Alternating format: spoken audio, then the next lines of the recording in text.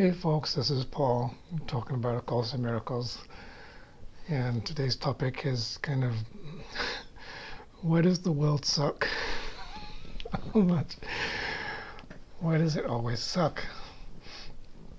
Now, this isn't to condemn the world. This isn't to just use it as a scapegoat or to be negative about it or to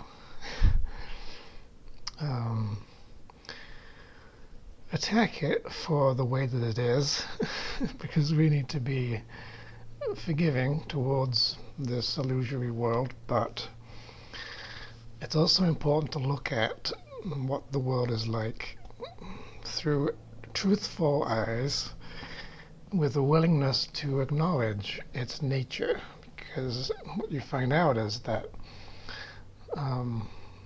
the world cannot ever be perfect.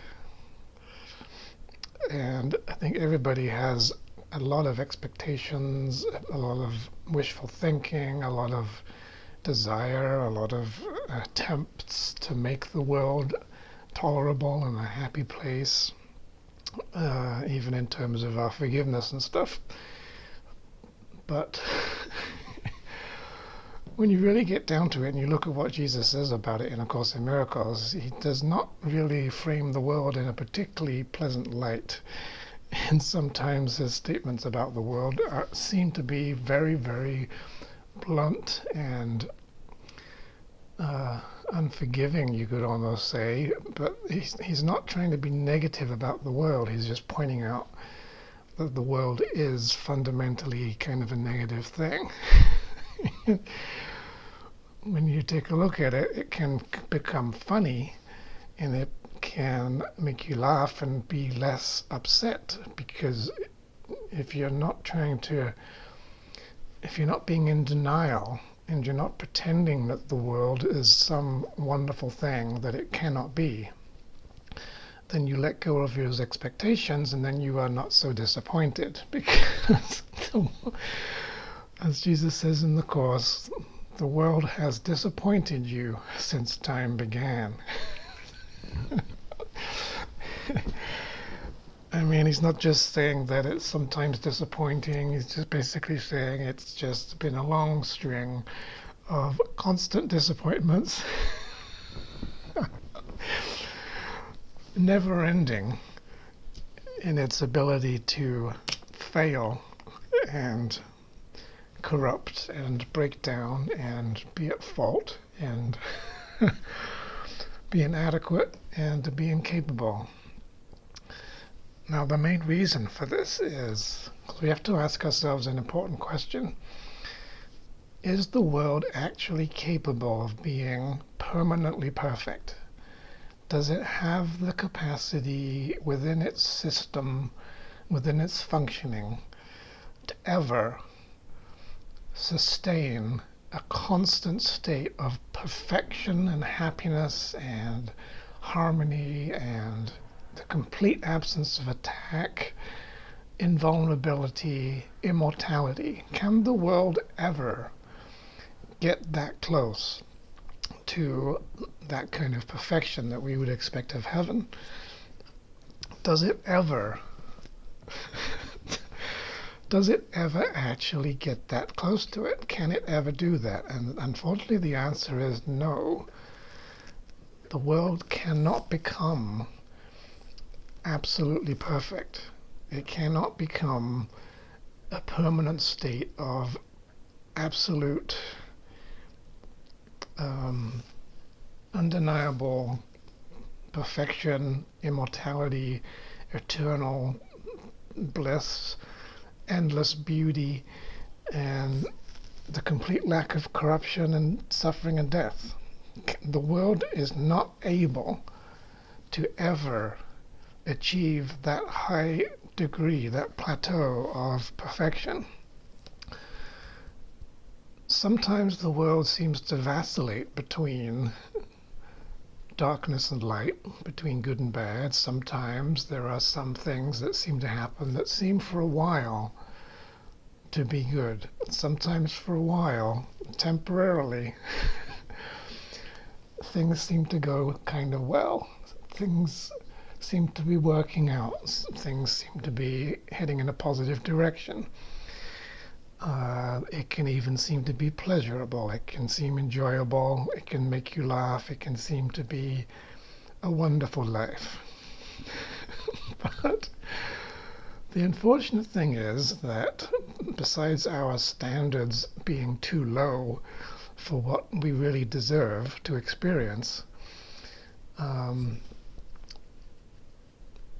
sooner or later, everything goes to fuck. Everything just ends up dying, and everything stops, and everything breaks, and everything comes to an end. So you can have this nice period where it seems to be coasting along, and everything seems to be relatively fine, relatively tolerable, reasonable, even kind of good, even kind of amazing. You have an endless seeming stream of wonderful stuff happening. But it does not achieve the level of divinity, perfection, constant holiness, harmlessness that is true of heaven's reality. It doesn't quite get there. It kind of goes up and then it comes back down, and then it goes up and then it comes back down. And it never quite goes all the way because it's not able to. Now, there's a property of space and time in that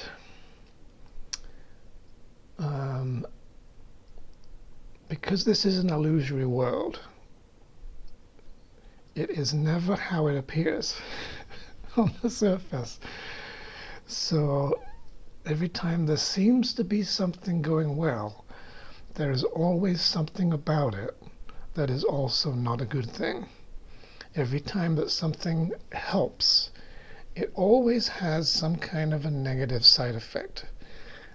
Every time that there's a seeming solution to a problem, trying to fix the problem always causes an additional problem. And this is a problem of entropy. It's the fact that in order to solve problems in this world, and Jesus says the world was made that problems cannot be escaped, and you should not seek for escape from problems here. You seem to solve a specific problem with a specific solution or a tool, but the act of solving and fixing and using a piece of machinery or whatever it is that seems to solve the problem, in and of itself is a problem and brings with it new problems. So the machine breaks, or there's wear and tear on the tools, or you fix the thing and it seems perfect, and then a couple months later it breaks again. Because it's kind of like every time that you perform an action, every time there's a movement, any kind of object, any energy expenditure, it is disturbing the peace and inducing new changes. So it's like we're trying to use change to fix change. We're trying to make something be different by using something that itself is made of the same problem to fix the problem. And it ends up maybe in a smaller problem, but still some problem. There's always a little bit of entropy, a little bit of side effect, a little bit of negative loss, a little bit of something you don't want that goes along with every single thing that seems to be in your favor. And this is true of everything in the world. So Jesus says, like, the world only gives in order to take away. And the ego is determined to make sure that whatever it gives comes at a cost and has a side effect of loss. So anytime that you try to give something, there is a loss. So say I give a gift to someone. I have now sacrificed the gift. It no longer belongs to me.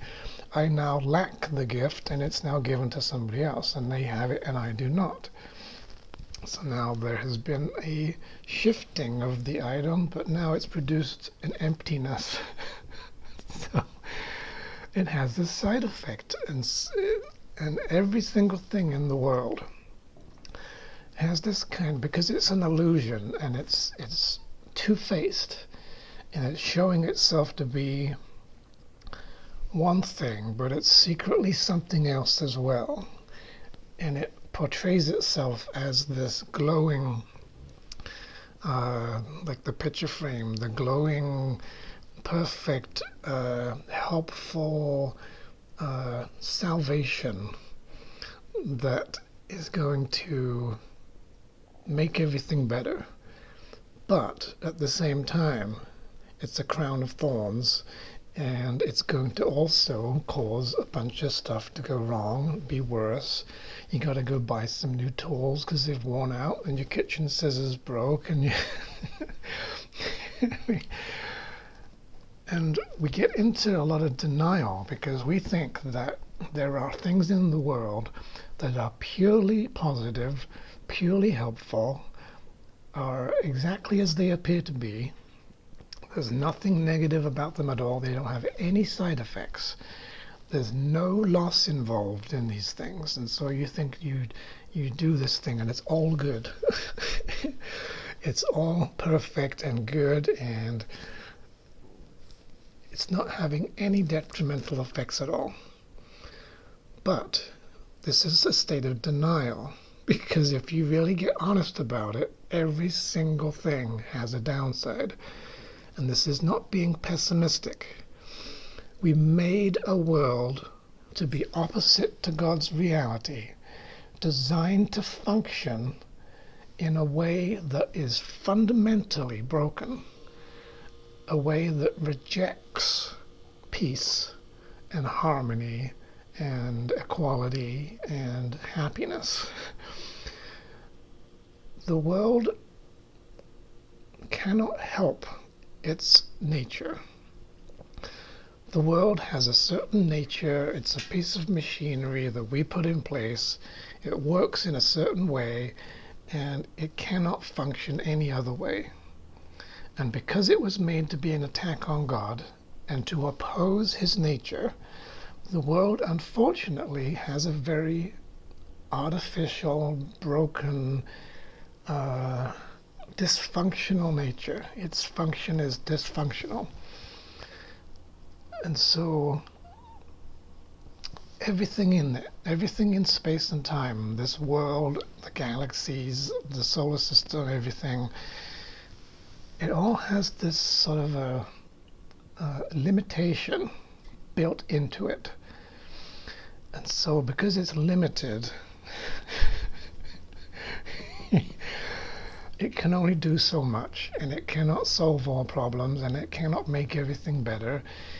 And basically it can only do so much. It does a little bit of helpfulness because the ego supports the idea of some good, that you need to have some amount of good in order for you to accept and tolerate it. But at the same time, it's not perfectly good, and it's not only good. It's always mixed in, this mix of illusions and reality, life and death.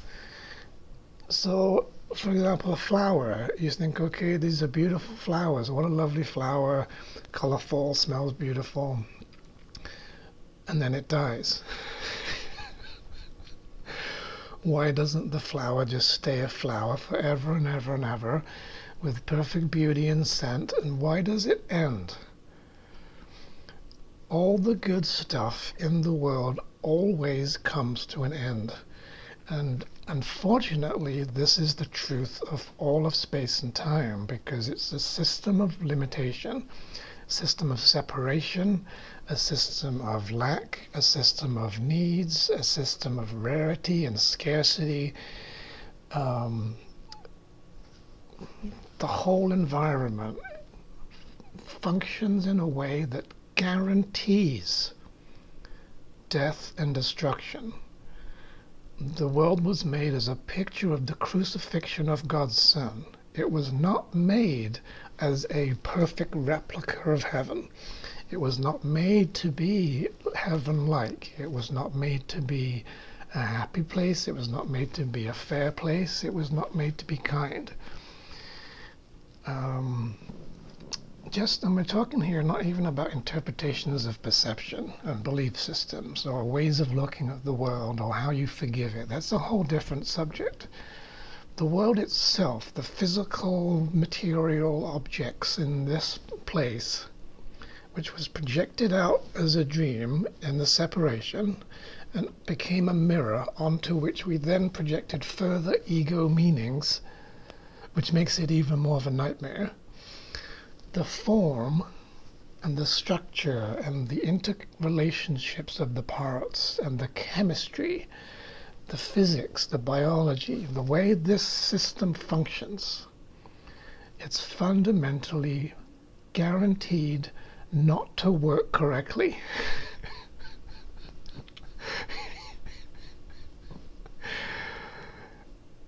And unfortunately, it's built into the system. So we're all probably going through life thinking that the world has the potential to be a great thing. The world has the potential to work. It has the potential to become heaven on earth.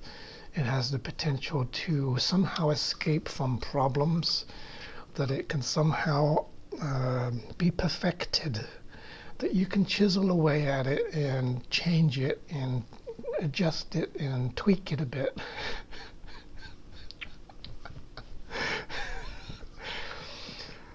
And that somehow this kind of dysfunctional, broken thing is going to be turned into absolute perfection. We're going to succeed. We're going to be able to convert it physically into some way of functioning and working that never breaks down. There's never an interruption. There's never a damage. There's never something falling over. There's never things colliding. There's never surfaces. There's never disagreement and conflicting shapes and forms and colors.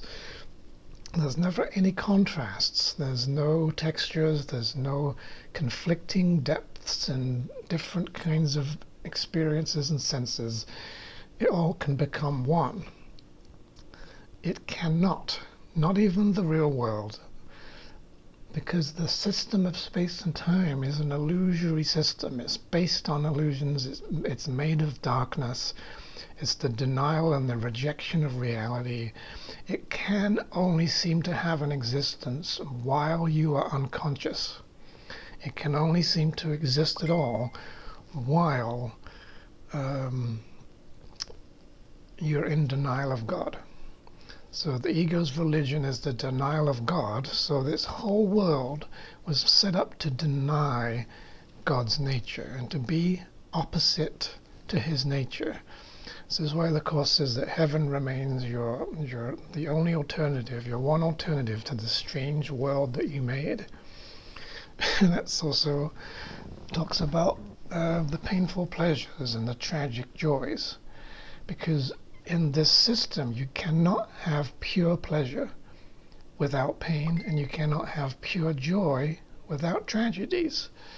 You cannot have happiness without the happiness being limited and ending. You cannot have sexual orgasms that go on forever. They come to an end, and then you have to go do it again because they didn't last. And then you have bodies that seem to go through life and seem to be young and healthy and everything's going great, and then they get sick and then they die. And we're in denial that this is the standard functioning of the whole system. We think there's ways to pretend this isn't going to happen. I'm not talking about forgiving this or being miraculous here. I'm just talking about the nature of the world. So let's take a look.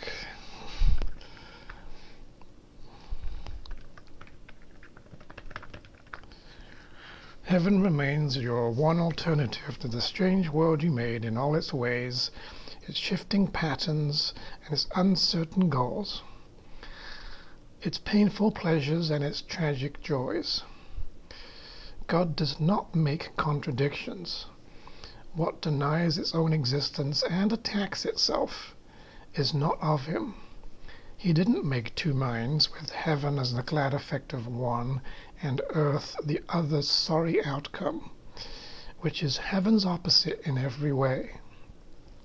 What this is saying is that in order for God can only have one outcome and one consequence and one extension and one nature, that he inherits his nature as his kingdom, and it has to be like him because it's made of his own stuff that he's given to it.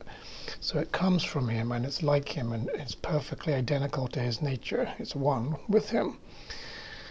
In order for there to be another world that is completely opposite to that nature, God would have to have a split mind and would have to be undecided and uncertain and contradictory and insane, and would then come up with a second split off world, planet Earth, which is heaven's opposite in every way, a sorry outcome in which it denies itself, attacks itself, denies its own existence, has shifting patterns and uncertain goals. All of its pleasures are painful and all of its joys end in tragedy.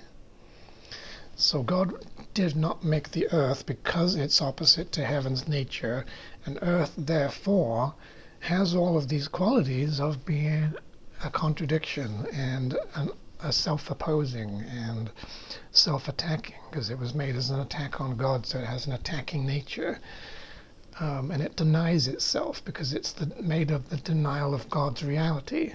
So now the world is literally denying, and it denies its own existence.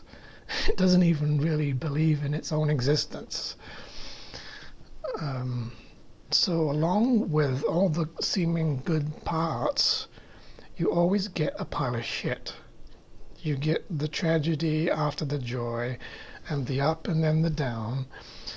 Now, if you want to think of it in terms of, well, sometimes it's bad, sometimes it's good, sometimes it's up, sometimes it's down, maybe there's an equal amount, and therefore it's not really totally bad. You have to look at the fact that while the good stuff is seeming to be good, it is also simultaneously in some way lacking. And it is bad, and it does have a certain evilness to it, and it is limited. Even the good things in the world have limitation. Even the best, most amazing stuff is composed of the space-time attack on God's nature. It's not like reality. It's holding something back. Like if you think about colors, beautiful sunsets, colorful sunsets, but in order for the sunset to be red, it has to reject part of the spectrum and be limited to a certain frequency and not include the other colors. And so it's based on separation and exclusion. And as Jesus says, pleasure is pain, because what you don't realize is that physical pleasure requires making the body real, requires a rejection of your mind and of God, which is a form of pain. Your mind is in pain by entering into this rejection and this body identification. And so now it's having this pleasure that feels pleasurable while simultaneously being in pain. And we don't recognize the pain that we're in.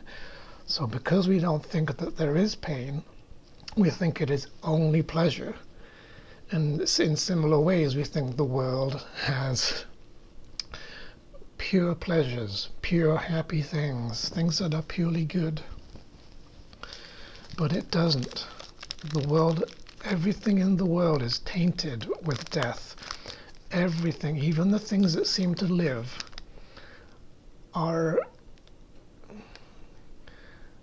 made of the idea of death, even from the start. Even a seed, before it becomes a flower, is limited, which is an idea of death and mortality, of not being unlimited.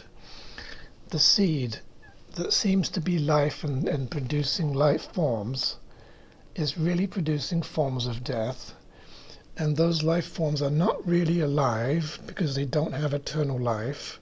They are illusions of life. There is no life outside of heaven. Outside of heaven, everything is illusion.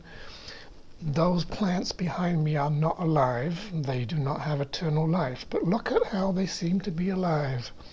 Look at the illusion. Look at the way they seem to be growing, sort of, because I'm not killing them off yet. And some of them are dying, because that's the shit that happens in the world. And they'll lose some of their leaves, because that's part of the nature of this fallen kingdom. It's just how things go. It's sort of built in. If you have an expectation that the world is going to stay in a good state, it will disappoint you. And this is not being negative. We're trying to be really honest here, being truthful. If you really look at it, all the things that you ever thought were good and would last forever came to an end.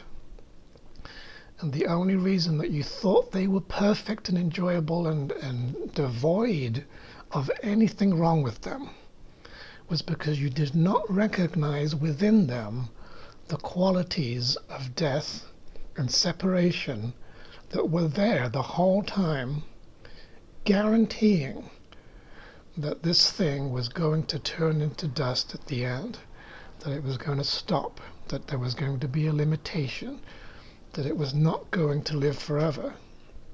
But we get into denial because of the illusion that there is a form of life, and there is an appearance of a goodness, and there's things that seem to be going well for a while.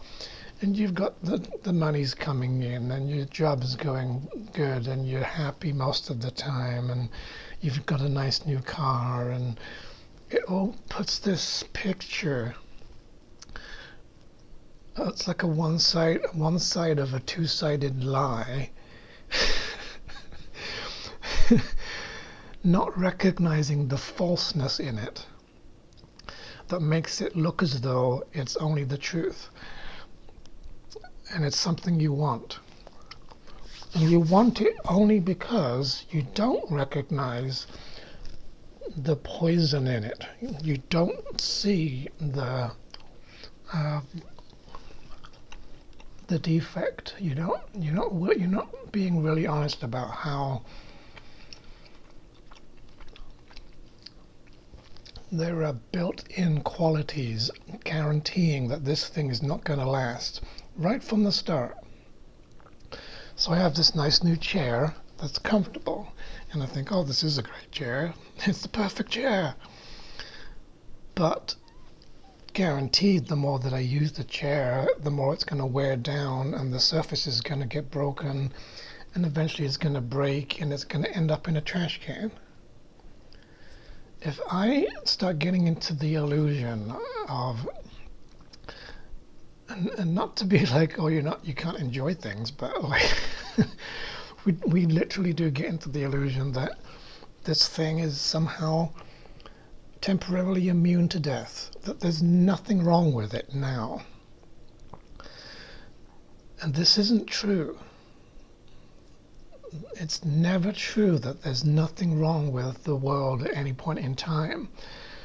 The world is fundamentally made of death.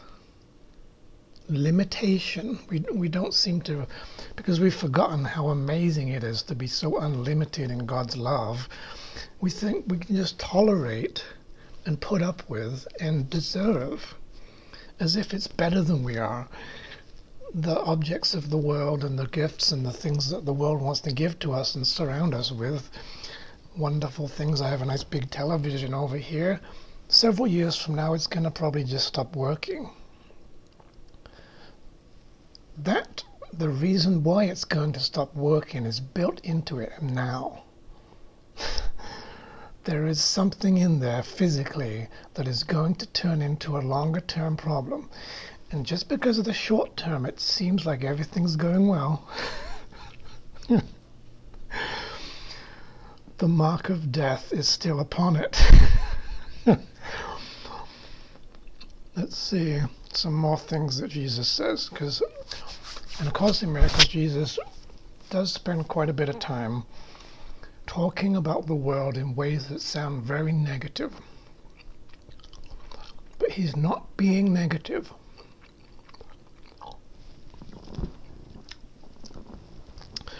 If something is negative and something is broken, and that's just its nature, because it can't be any other way. Like a machine gun. There's no machine guns in heaven. It's a killing machine. It's a weapon to destroy other bodies and stuff. Or you can grow your flowers in it, I suppose. But generally speaking, it's a thing, a device for attack. And you can't really say that you can turn that into a child of God. You can't really say this is a divine creation, this is God's will, this is something that God would conceive of, or that perfectly innocent people who can never be hurt would have a need for. It is devised by an insane mind that believes in attack and threat and danger, and has constructed this limited, breakable, vulnerable, corruptible thing that temporarily seems to have a benefit of killing people and will itself at some point turn into shit. Being reminded of, Jesus is putting thoughts in my mind. The worms.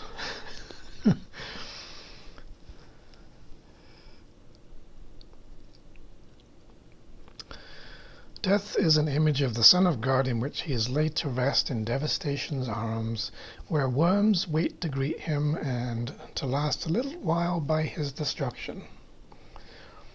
Yet the worms as well are doomed to be destroyed as certainly, as do all things, and do all things live because of death.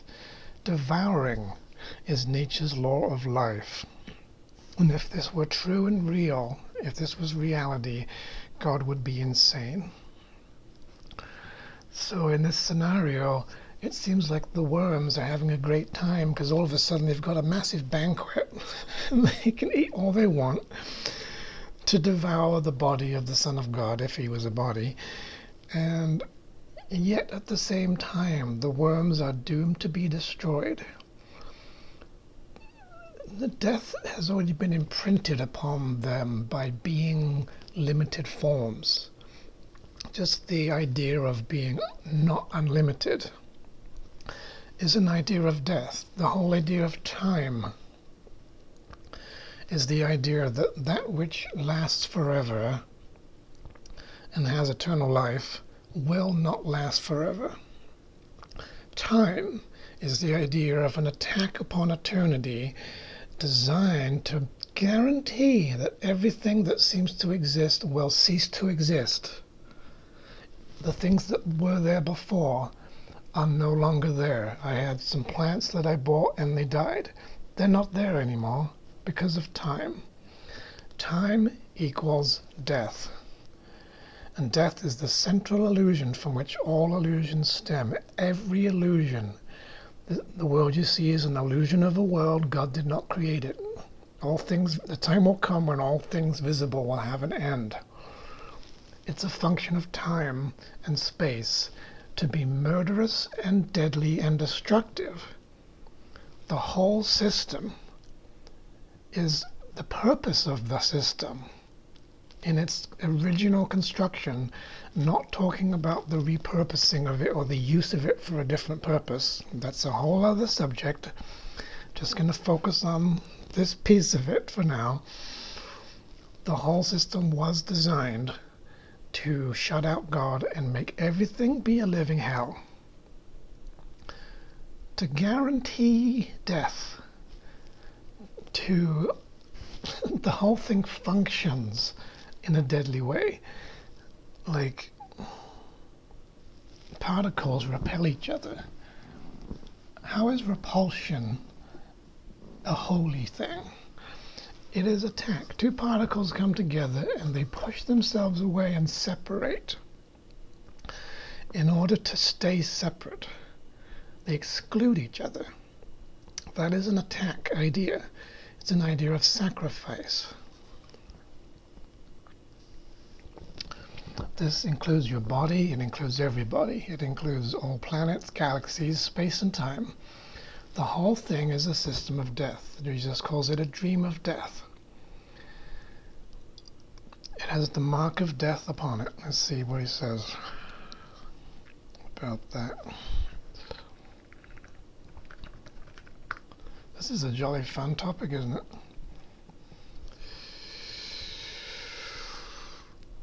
The body's pain and aging and the mark of death upon it are clearly shown.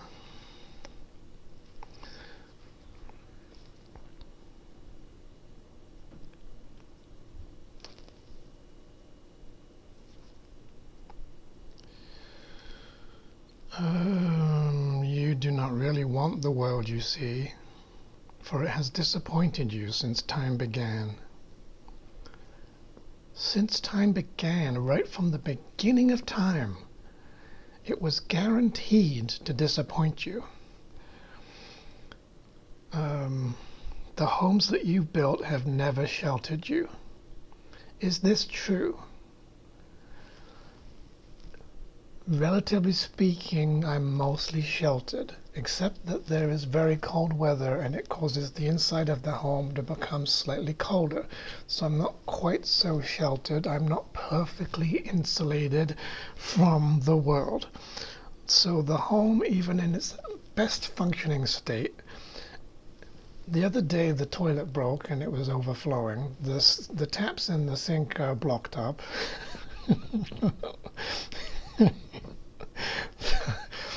There's dirt on the carpet that's going to have to be washed. The kitchen's filthy. Smells like death. So in truth, over time, the homes that we build will decay. Go look at a 150-year-old house. Go see if the house is still standing after 500 years. 1,000 years later, where is it? It's turned into dirt. It's crumbled and broken and fallen apart. This is not being negative.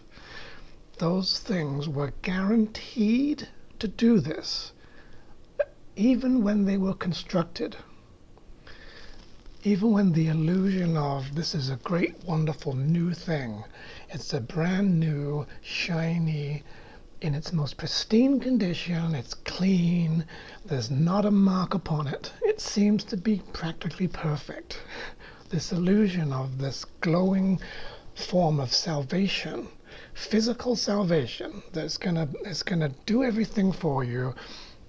The wonderful new gadget, the electronic device, the house, the car, whatever. It seems to, for a short time, be so close to perfection, good enough for most people. But over time, it's gonna fuck up. It's gonna die. It's gonna break. It's gonna turn into destruction, because the whole system is not a system of creation or constructiveness. It is a system of destructiveness and death and murder. All of space and time is self-destructive. This is why there's the fucking Big Bang and all that shit. The homes you built have never sheltered you. The roads that you have made have led you nowhere. And no city that you built has withstood the crumbling assault of time. Nothing that you made but has the mark of death upon it. Hold it not dear, for it is old and tired, and ready to turn to dust, even as you made it. The roads that you made have led you nowhere. You've had roads that go this way, and then they go this way, and then there's this big spaghetti of junctions, and then there's other roads, and then they go off into this place, and they go there. But none of them take you to God. None of them take you home. None of them take you to yourself. They are all distractions leading off in different, strange, distorted, insane directions, like a big giant maze that's ridiculous to drive upon, and none of them have led you to the truth. They're all stupid roads. They're all dead ends. Creation is extension, and it means that God extends himself in a continuous, endless line of perfect extension, giving all of himself perpetually and eternally without stopping. And everything that he gives is fully inherited by everything he creates. And you have and are everything. And you give that to your creations. But in the separation from God, we put on the brakes and we resisted. And we try to deny and stop creation. We try to oppose the use of will. We tried to will nothing. And because of this, we produced what can only be described as a dead end, an attempt to bring a stop to creation, an attempt to bring about death. And that's what this whole world is. This is how it's made. This is the rules that govern it. This is how it functions. This is what you can prove on a daily basis with anything you look at. It has the mark of death upon it, and no city that you built has withstood the assault of time. City buildings that are nice and shiny and look like they're wonderful and magnificent structures, and wow, they're amazing and impressive. 1,000 years later, where are they? They're in the dirt. They fell down. They were destroyed by terrorists. They crumbled. The concrete blocks withered away, and under its own weight, it destroyed itself. This is not being negative, because this is, I'm not saying, I'm not adding anything to what it is doing by itself.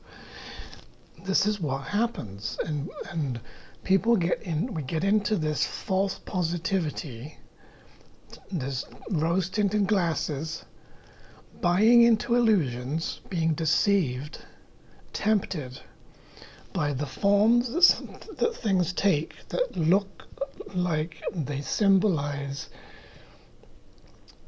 or are closer to goodness and heaven. So, like the new car. I got a new car a couple of years ago. It was great. Nice new car. Now it has scratches on it. The carpet is dirty. I got a screw in the tire and had to get a new tire. But at the start, it was all nice and shiny and new. And you would think it's perfect. Nothing's wrong with it. But the mark of death was upon it. Because the inevitability of death, seemingly in space-time, was already built into it. The very fact that it had been committed to certain forms and certain materials, and over time it's going to rust and things are going to fall off and it's going to get dense, and it just is fundamentally not perfect. Right from the start, even the objects that are in their most pristine condition, freshly made, newborn babies included, toys that you got for Christmas, your lovely new house, whatever it is, we get all excited about how wonderful it is and get overwhelmed with the sensations of the fresh new salvation, the thing that has come that is just divine. It's just magnificent. You're gaining the whole world, and it's just like just getting so much stuff. You just feel, wow, stunned by the magnificent sunset and adoring the little kittens and the puppies. until they die. And so what we're getting to here is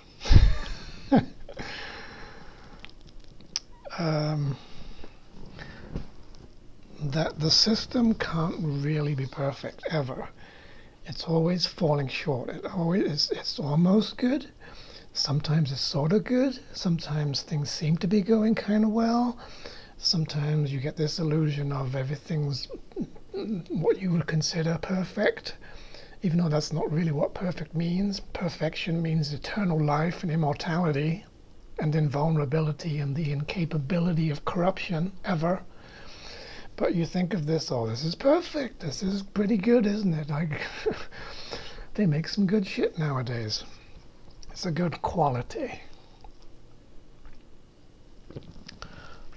But it still isn't perfect, and it's still falling short. And over time, it will decay and dissolve and destroy itself and turn into death. So if we start adopting these wishful thinking, rose-colored glasses positions of denial, where if we're sort of buying into this new thing, and we allow ourselves to get all excited by it, and it's like, yeah, okay, it's wonderful to get excited. You should enjoy the good things and have fun and all this, but mixed into the reason for the excitement is often the desire for an external savior.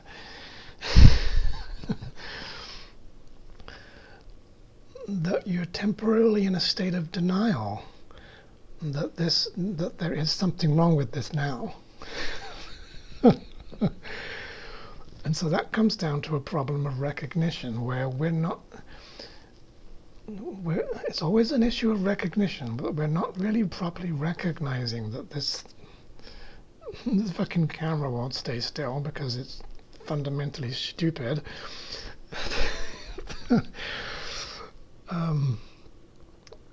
We are not recognizing things for what they are. So instead of realizing that these plants are an illusion of life, and that they have death built into them, and they aren't going to live forever, and they're not unlimited, and they're very confined and specific and limited to certain species and certain forms and ways of reproducing and color and leaf shapes and all this kind of stuff. They're very, very limited. And that same limitation guarantees their death. 100 years from now, they are not going to be there. So right now, I might put off the death into the future, like everybody does. Oh, it's not going to happen to me now. It's not going to happen for a while. I've got plenty of years ahead of me. And we put off death until practically before you're dying. And then you start thinking, oh, maybe I should worry about it now. What am I going to do about it now? Now that it's coming. Now that you're fucking dying. Then it's time to face the fact that there seems to be nothing you can do to stop it. But that fact was true when you were born. That fact was true when you were 20. That fact was true when you were in your prime, in the prime of your life, when you thought you were healthy. The body was still a limitation, and it was still made of death.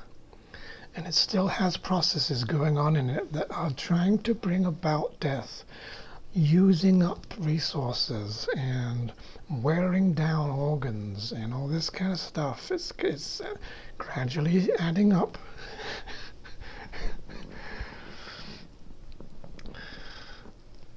Real choice is no illusion. The choice of being able to choose reality. But the world has none to offer. All of its roads lead to disappointment, nothingness, and death. There is no choice in its alternatives. Seek not escape from problems here. the world was made that problems could not be escaped. Think about it. The world was made so that you cannot escape from problems. Problems constantly. Problems, problems, problems, more problems, problems, problems, problems.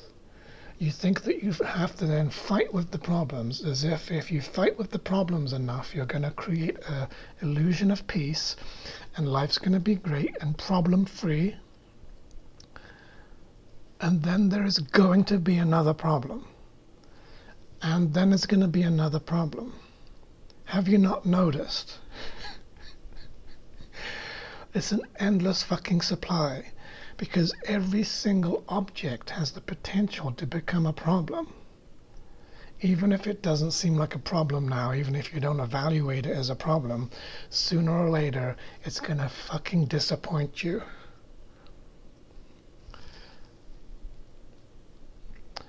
The world was made that problems cannot be escaped. Be not deceived by all the different names that the world's roads are given. They have one end, and each is but the means to gain that end. So every single path, every road, every route, every method, every way, every solution, every fix, every help, every path that you take, every single thing in the world is hell-bent on death and destruction, and will always lead to death. However differently they seem to start, however differently they seem to go, their end is certain, for there is no choice among them, and all of them will lead to death. So here Jesus is saying the choice is not really possible in the world.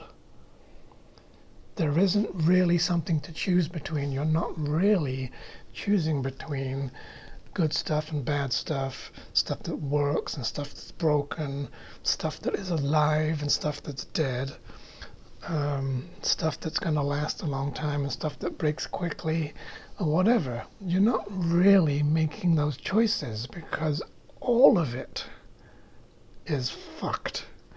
All of it is totally fundamentally guaranteed to be part of the same system of death and to fucking break eventually and lead to death. Everything. Planet Earth is going to be destroyed by a supernova from the sun. Or the sun's just going to get too big and too hot and it's going to burn the world. Eventually. This is pretty much scientifically guaranteed. Given enough time, Earth is going to be dead.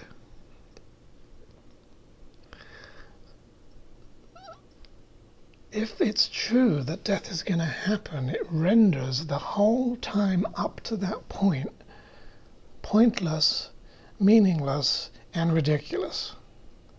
Because why bother going through all this shit expecting that it's going to last and it's going to be forever and it's going to be an ultimate contribution and it's going to solve the problem forever, only to find that eventually the fucking planet explodes.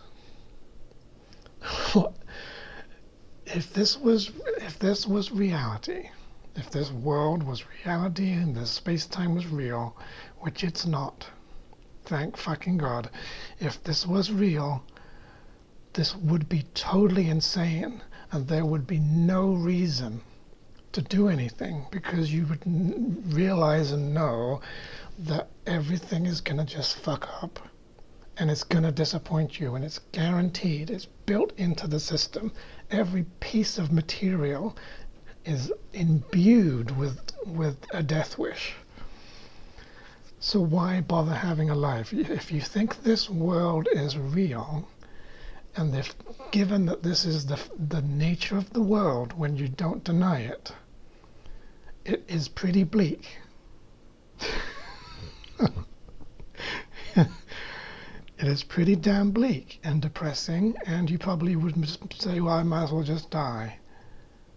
Because if you don't have an alternative and you don't forgive it, and you don't have a different way of looking at it and laughing at it and not taking it seriously,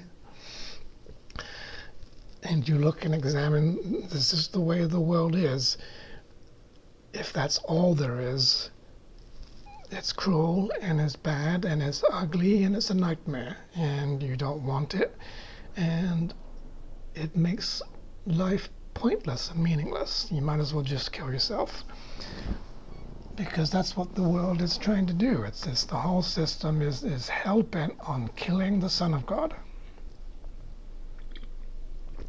The world is a picture of the crucifixion of God's Son. Crucifixion means death. The world is a picture of God's Son being killed off and dying. That was the original purpose, and that has set up the system and the laws of physics to act out and to play out these rules, this ambition. The wages of sin is death. On some roads, you travel gaily for a while before the bleakness enters.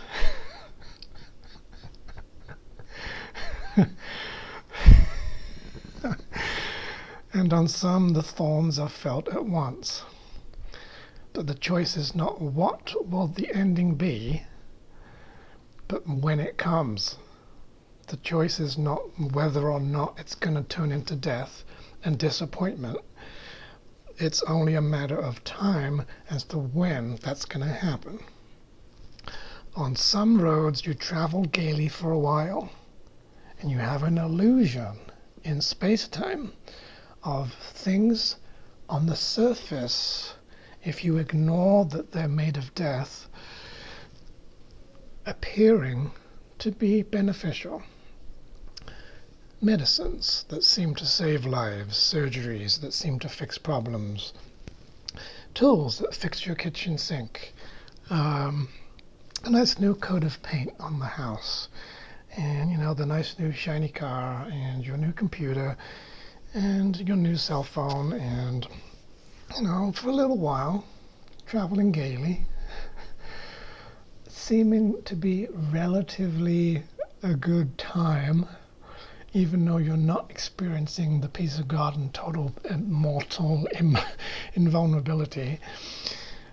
Mostly good. Because, see, the ego vacillates between suspiciousness and viciousness. So the world that the ego has come up with vacillates between illusions of good that are mostly good but not purely good, and shitty.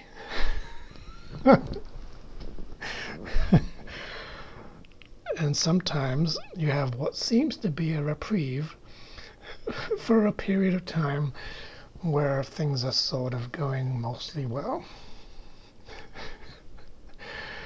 And this sets you up. Because if you buy into this illusion and you say, okay, I'm going to buy this, things are really great because the world says so. The forms that are coming along are telling me that it's good. They're doing stuff to me that I like. It's affecting me in a way that I'm enjoying.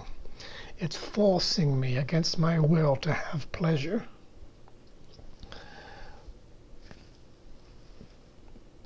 If you don't recognize what's being offered, and you don't realize that it's tainted with death, that if you buy this thing, you are getting attached to an illusory world, and the cost is that you're separating from God, and you're losing everything in order to gain the world and lose your soul. There is a cost to every single gain in the world. You gain pleasure, the cost is that there is actually a pain. There is a separation. You gain the body, you lose your mind. You gain a physical partner, you lose your holy relationship. You gain the new stuff and you possess it and you have it for yourself, and now you've gained some selfishness. There's a cost to everything in the world. Like I guess they're saying nothing is free, because philosophically speaking, nothing in the world has freedom. There is no freedom because it's kind of a prison. It's this imprisoning, closed system where the inside of the system functions in a way that guarantees destruction and death, and anybody that's in the system cannot escape. The only way to escape the system is to transcend it with the mind. But that's a whole other subject. So what Jesus is saying is you've got to beware the temptation of the things in the world that seem to be going well, the things that appear to be good, symbols of perfection, symbols of happiness, symbols of loveliness, symbols of health, and all kinds of things in the world that appear to be forms of the good stuff, because they are just as much keeping you in space and time. They are anchoring you in hell. They are causing you to stay in a state of valuing things that don't really exist, things that aren't real, things that if you gain them, you're losing God. If you gain these things and you become attached to them and you value them and you seek for them and you see them as an idol and you want to keep them forever and you worship them, that is like a ball and chain around your ankle, holding you in prison and keeping you from God. You do not really want the world you see, for it has disappointed you since time began.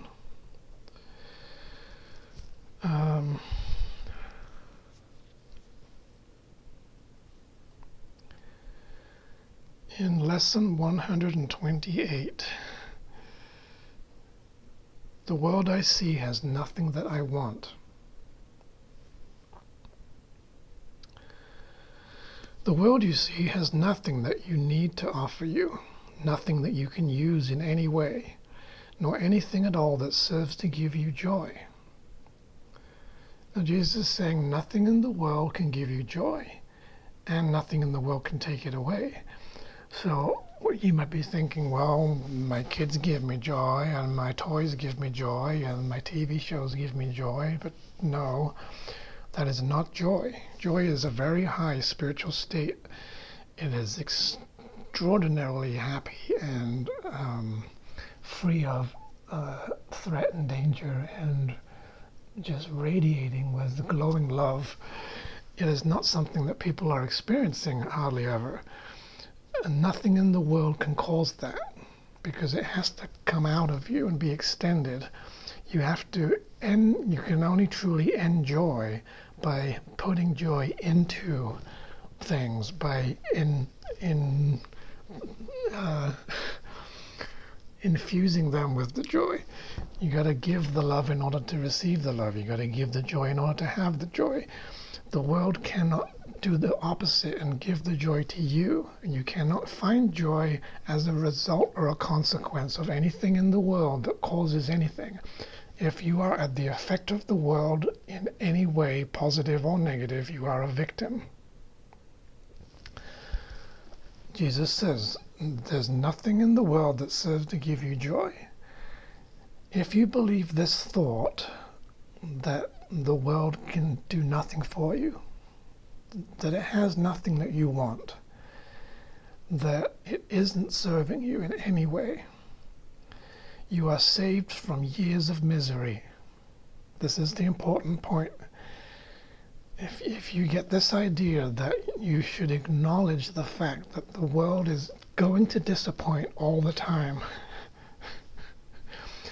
every one of its trajectories are headed into hell. Every single path is aiming towards death. Every single gift that it gives to you is going to break. Every single treasure that you find and you value is going to betray you. Every special relationship is going to kick you in the face.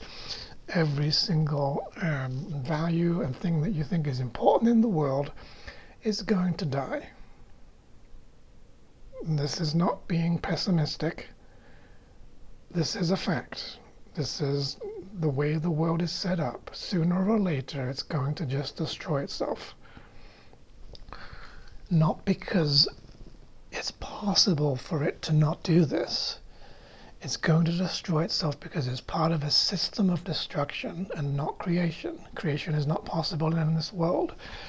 The whole system, it's not just certain people, it's not just certain groups, it's not certain objects, it's not certain scenarios. All of space-time, the whole cosmos, every galaxy, every planet, every star has a built-in ticking time bomb. It's already made of death.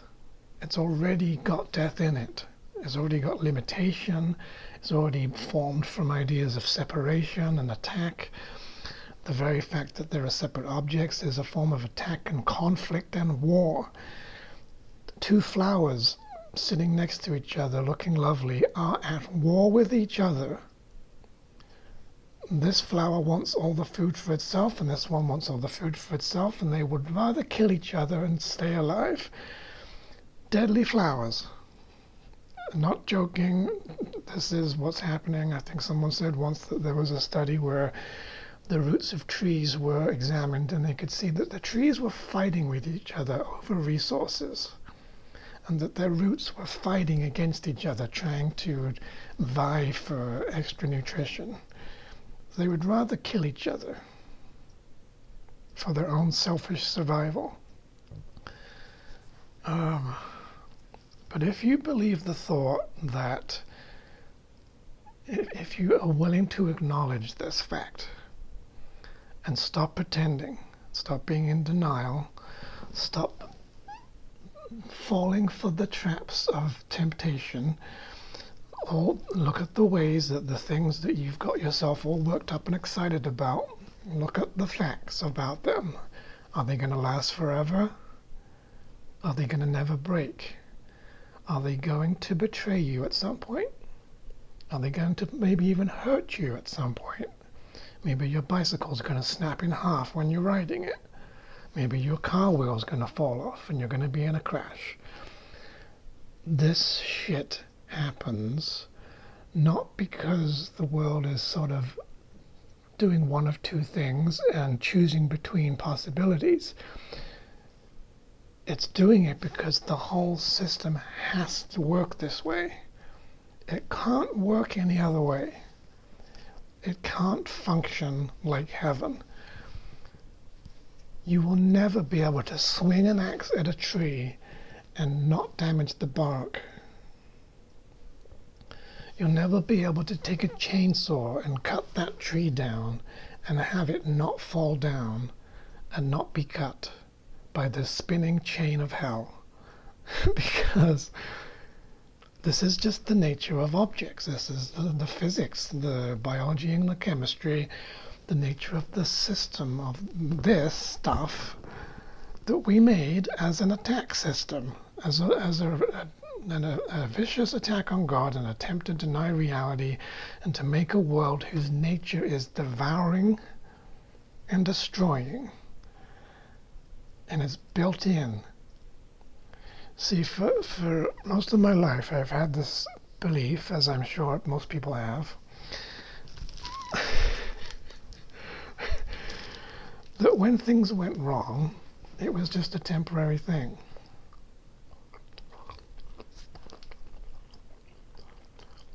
And that you could do something maybe about it to fix it, get things back to normal. And that these were just glitches, these were just temporary interruptions to what otherwise was a kind of status quo, that things could be kind of good most of the time and then there'd be a dip. But then you could kind of get up and recover from the dip. And so you're constantly saying, it's about how you get up from it that matters.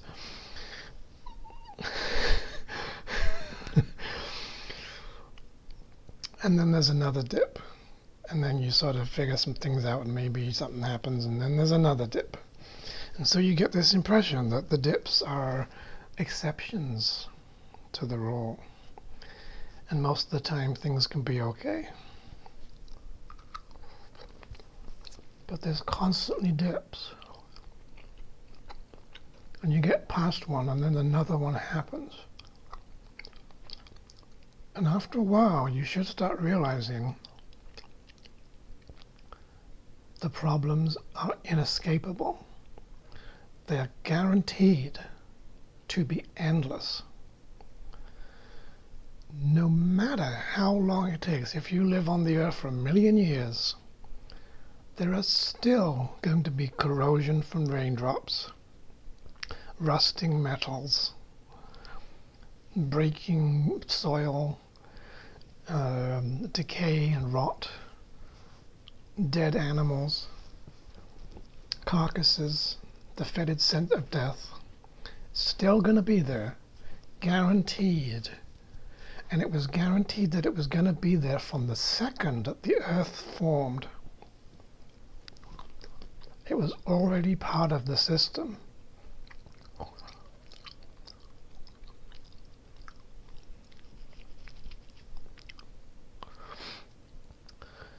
The system cannot redeem itself. It cannot save itself. It cannot be saved. The world is doomed.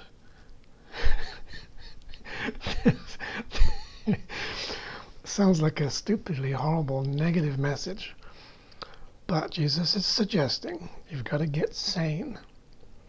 And you've got to be willing to look at the truth about the world that is false.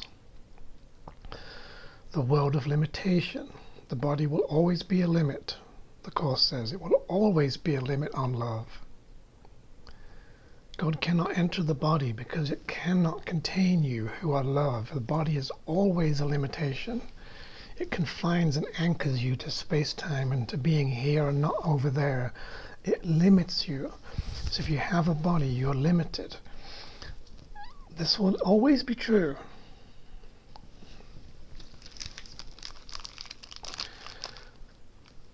So Jesus is suggesting, let's stop being in denial. Stop pretending that the world is great. Stop pretending to yourself that here along comes yet another great thing that is all shiny and new and is going to save you, and that there's nothing wrong about it. There's nothing about it that is guaranteeing death. There's nothing about it that's going to break.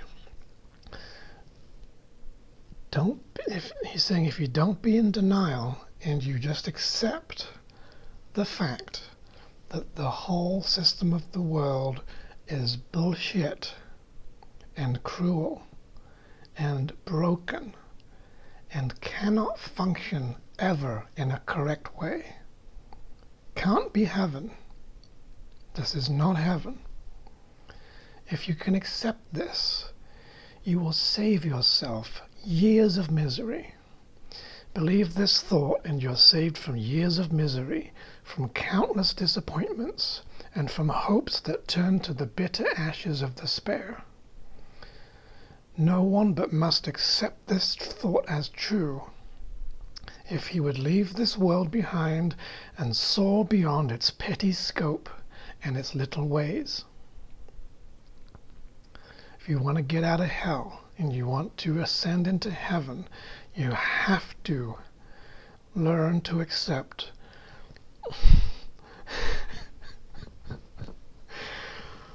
the fundamental truth about the world. It's set up to fail. Sometimes there's a reprieve where the road seems smooth and easy before the thorns are felt, but inevitably, eventually, it goes to shit. Now, society is becoming good at trying to produce a huge illusion of progress and civilization and the construction of cities and building things and renewing things, trying to create a picture of an idyllic world, a world that seems like everything is functioning correctly, where nothing is broken. trying to make bodies live forever, and people that think that they can extend life, and the body isn't even alive in the first place. And civilization has this huge movement towards trying to create a picture that doesn't look like a picture of crucifixion within the picture of crucifixion. An oasis in the desert, a idol to worship, a cover-up job, to gloss over the underlying facts of the nature of space-time.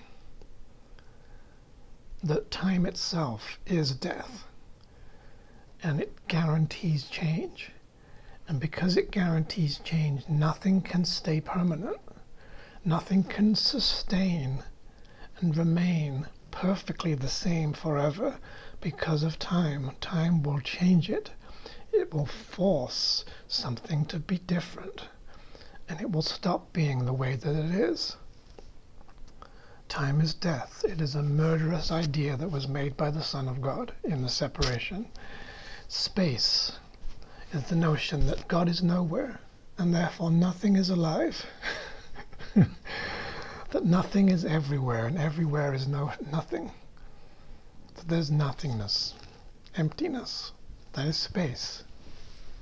It's an attack upon the omnipresence of God. So within this system, the message of this video and what Jesus is trying to say is we've got to stop being in denial and stop pretending. Stop believing that the world is going to be better. The world is going to be fixed or fixable. That the things that you get that seem to be going well, that they're not going to disappoint you. They're going to disappoint you.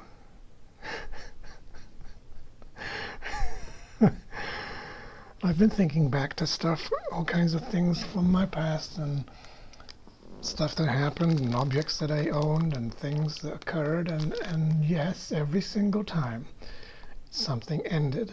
There was a disappointment. Something broke, something left, something was lost, something fell, something was damaged, something ended. There's a bit of a pattern going on here.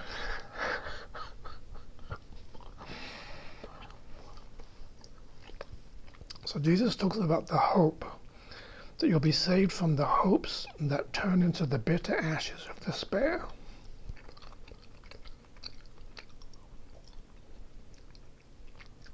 Because we have a false hope. A false hope is that the world can be heaven. That you can stay in the world, you don't need God, you can survive on your own, you can have everything. It can last forever. And you can get away with sin and murder of God and stay in this perfection, this illusion of safety, illusion of perfectness, illusion of happiness forever and ever. And you don't ever have to go back to God. And you hope that the world will provide this for you and serve this function and make it possible. But it can't. So you get these false hopes that this thing's going to work. This treatment's going to be successful. This medication is going to solve your problems. This food is going to make you healthier. This regimen is going to fix your life. This discipline, this job, this success, this career, these relationships are going to do it for you. Jesus is reminding me of seek and do not find, because the whole purpose of this is to make you believe that you can seek for some kind of salvation in the world. Something in the world has the capability of fixing you, solving your guilt, undoing your sin, saving you from God's wrath, saving you from Him destroying you.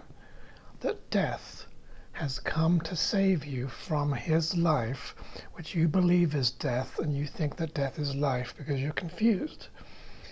So now you think there is salvation in the world, things in the world can do it for you, or do it to you. You can be forced to be happy. You can be made to be well. You can have the world go your way and give you what you want, and you can have a wonderful life, and it's going to be filled with your lovely house and your special car and your favorite people, and it's going to create a nice picture of everything's going great.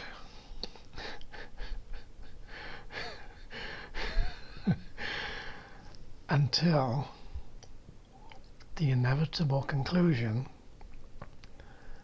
which was pretty much set in stone from the start, that it's all going to go to shit.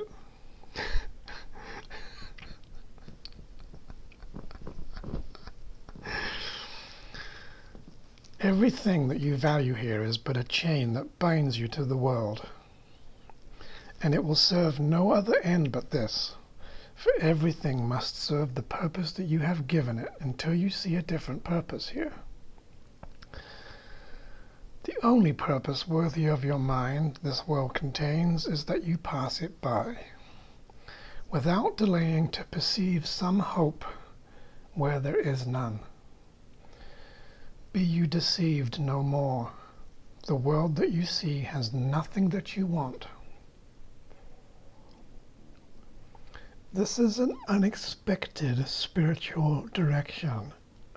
If you were on a spiritual path and you thought that my spiritual path is just going to be full of roses and happiness and wonderful experiences, Jesus is saying you need to take a good look at the fucking hell that you made and recognize it for the thing that it is, and realize its darkness and its deceit and its brokenness and its cruelty, and recognize that it is these things rather than being confused, believing that it's something else, that it's salvation and it's heaven and it's something you want and it's serving you and it's not having a cost and there's no penalty. And you can gain it without losing your soul and all that confusion. He's saying you need to look at the shit, look at the darkness that you've made, look at the hell you made, recognize it as something you do not want, recognize that it doesn't work, recognize that it's false, recognize that it's unreal, it's untrue, it doesn't really exist. The things that it is suggesting is happening are impossible. The things that are occurring in the world cannot happen in reality. The sickness and the death cannot be really happening. And there is no real suffering. You've got to be able to look at the fact that the world is a piece of shit if you want to be able to recognize what is false. You have to recognize what is true and what is false. And you have to distinguish between them perfectly clearly and not confuse them, because all truth must belong to God, and all lies and deception and deceit belongs to the world that we made and to the ego. So Jesus here is saying the world that you see really doesn't have anything that you want. Nothing can make you happy. Nothing can save you. Every single thing in it has the mark of death on it. Every single object is going to disappoint you. Every expectation is going to set you up for failure.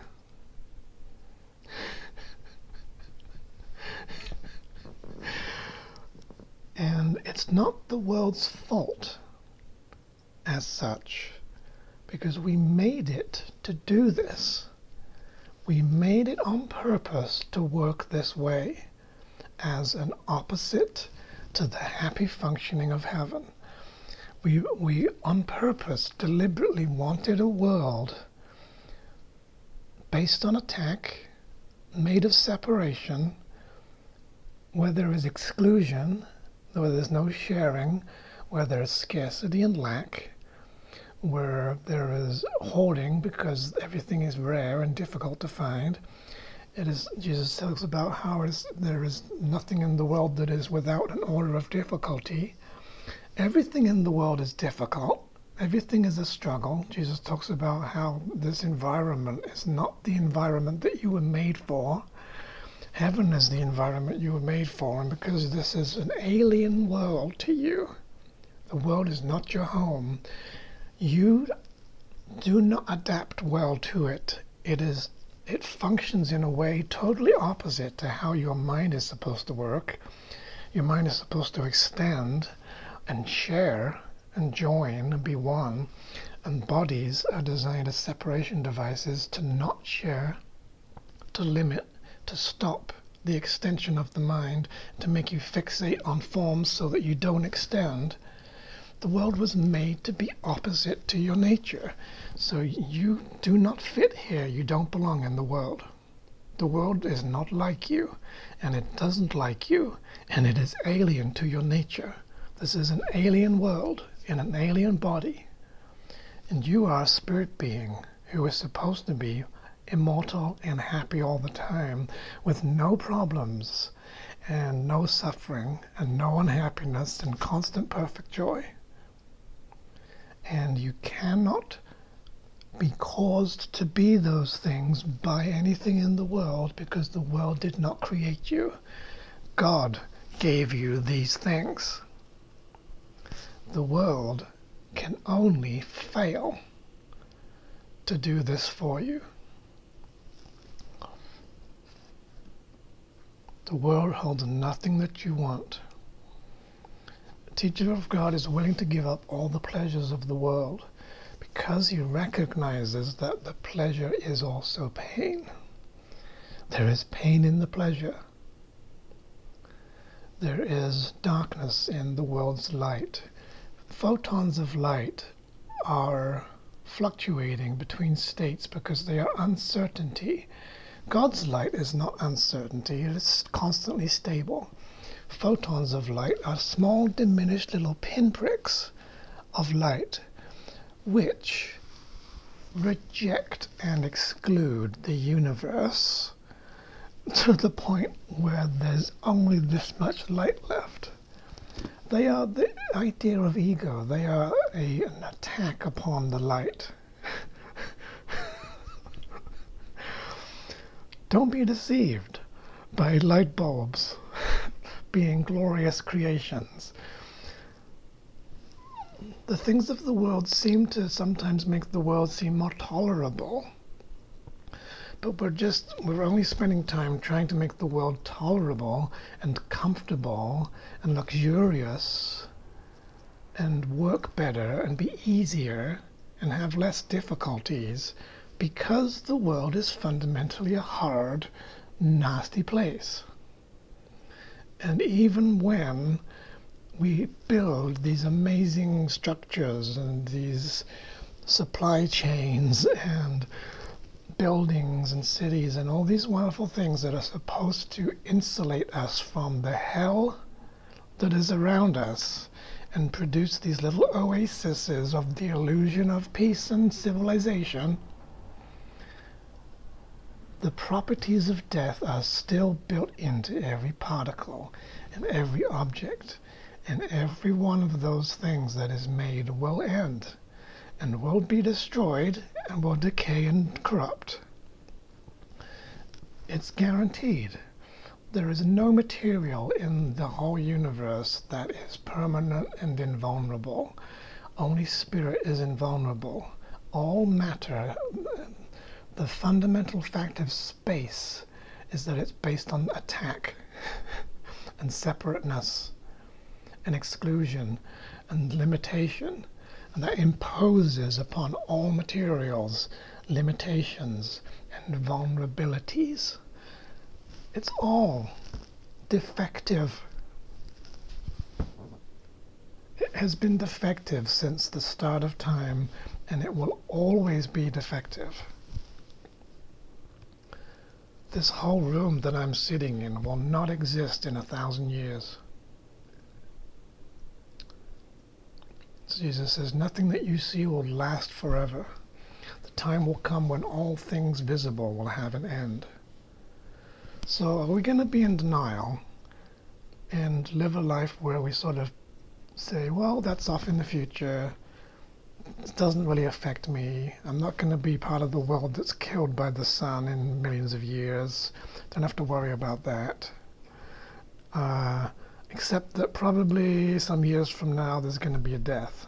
I haven't really solved that, but I don't care about it now, so I'm just going to pretend that it's not going to happen and that these other people aren't going to die, because that's going to make a nice illusion for me that life is good and life is wonderful. That isn't sanity.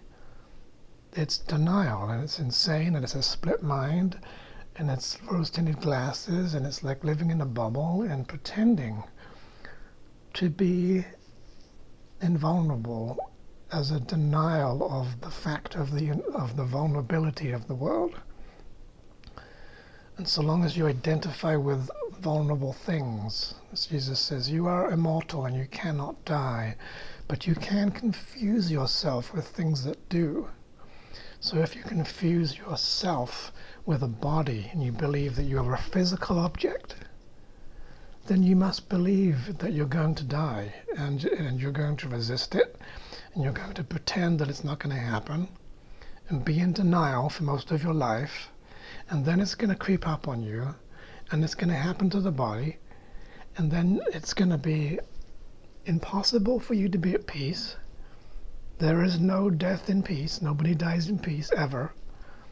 You cannot be peaceful under a situation where you are literally being destroyed.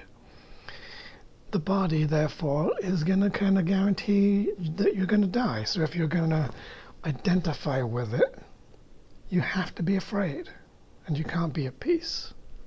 Because who can be peaceful and happy about the idea of being destroyed and killed? So this is all insanity. There's all this, let's pretend that the world's great. Let's create more illusions of appearances of objects that appear in some way to be wonderful, to blind us. Nothing so blinding as perception of form, to blind us that this thing is great and perfect, and it's going to last, and it's not going to disappoint you. Because it's going to disappoint you.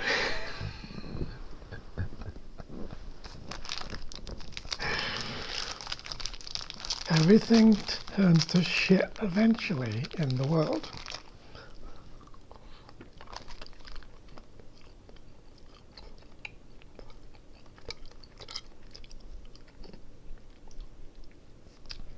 There's a trade-off of problems where you can seem to solve most of a big problem by doing something that is itself a smaller problem.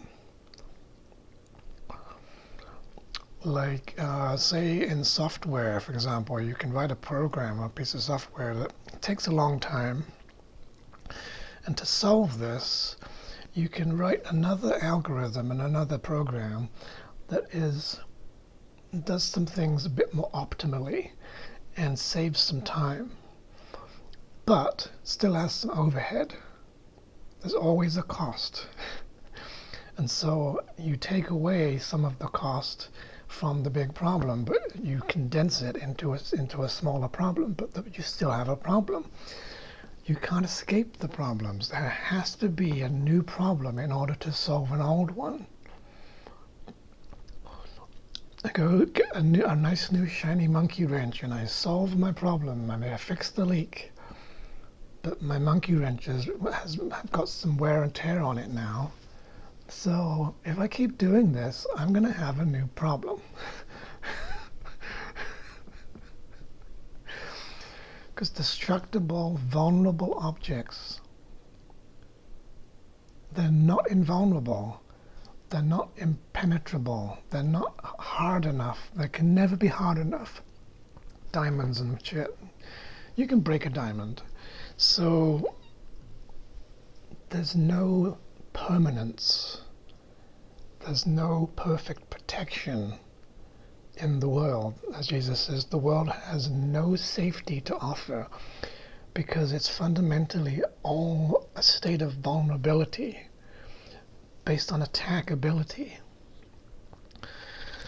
So what he's saying, what he's telling us is, hey, you need to stop pretending that the world is your savior. Stop pretending that these objects are perfect. Stop believing that these things are so valuable and important and worshipped. Stop giving them so much value and getting all pissed off when they get broken, because if you can save yourself years of misery by not buying into the illusion that these things are great and that they're going to last forever. Oh, I've got this great new thing and I spent all this money on it and it's wonderful and it's solving my problems, and then 2 weeks later it breaks unexpectedly. Now your expectation of this false hope, the false hope that the world is going to stay in a good state and therefore is going to make you safe, is dashed. And now you're despairing because you had this expectation that this thing's going to last forever and that it is alive now and it will always be alive and it's never going to cause loss and it's never going to cause you any pain. And then it does. And now your whole mind has been set up for a fall, and now you are disappointed, and now you're going to feel regretful and hurt and upset and angry and stressed out and afraid. Because you bought into the illusion that there was a false hope of salvation outside of you in the body and the world. He's saying that it is better for you from the start to believe and recognize that the world is set up for disappointment. It is flawed. It is imperfect. It is not to be valued. That even the world has nothing that you want. That there's nothing in the world of any value. As Jesus says, the body is hardly worth the least defense. The body is nothing. So the world is nothing. Why are we valuing nothingness at the expense and the cost of everything? That you would gain the whole world and lose all of your mind, or that you would lose nothing and give up nothing and gain everything. And because we don't recognize that the world is nothing, and it has the properties and the qualities and the nature of nothing,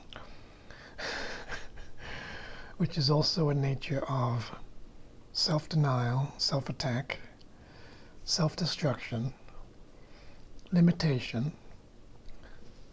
imperfection, temporariness,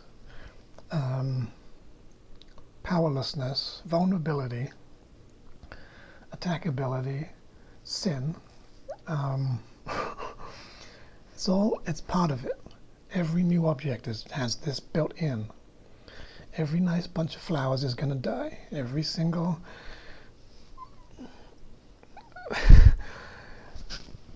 we're set up to be tempted to believe that this oasis in the desert is going to save us from the desert and therefore make it okay to stay in the desert.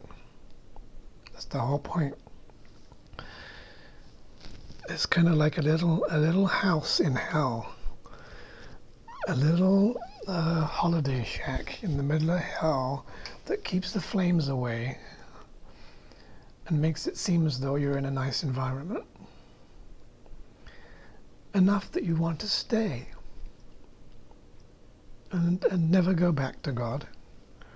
That you can make the world so appealing and so attractive to you, everything you want, get everything you want, have everything satisfy you, Have the world save you from yourself. Have it do things to you that you like. Have it pleasure you.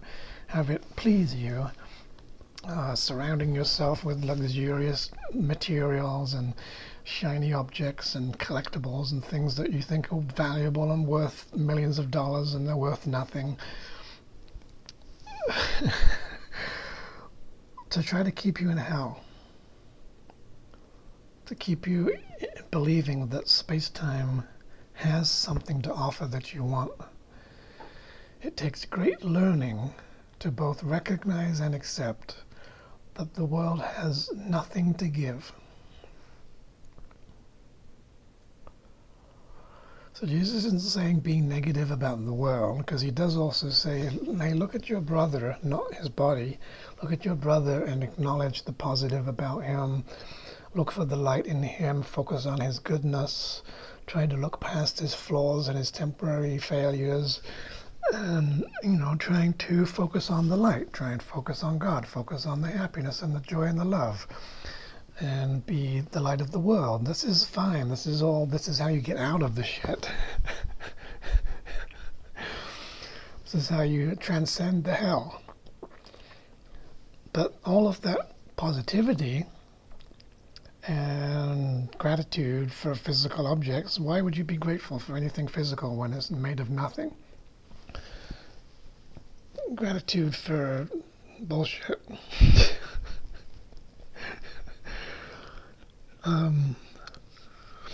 All of the positivity that is bringing light and making you actually invulnerable and giving you back your immortality and your awareness of your permanence and making you unable to be attacked, so that that light shines upon a world of despair and destruction and deceit.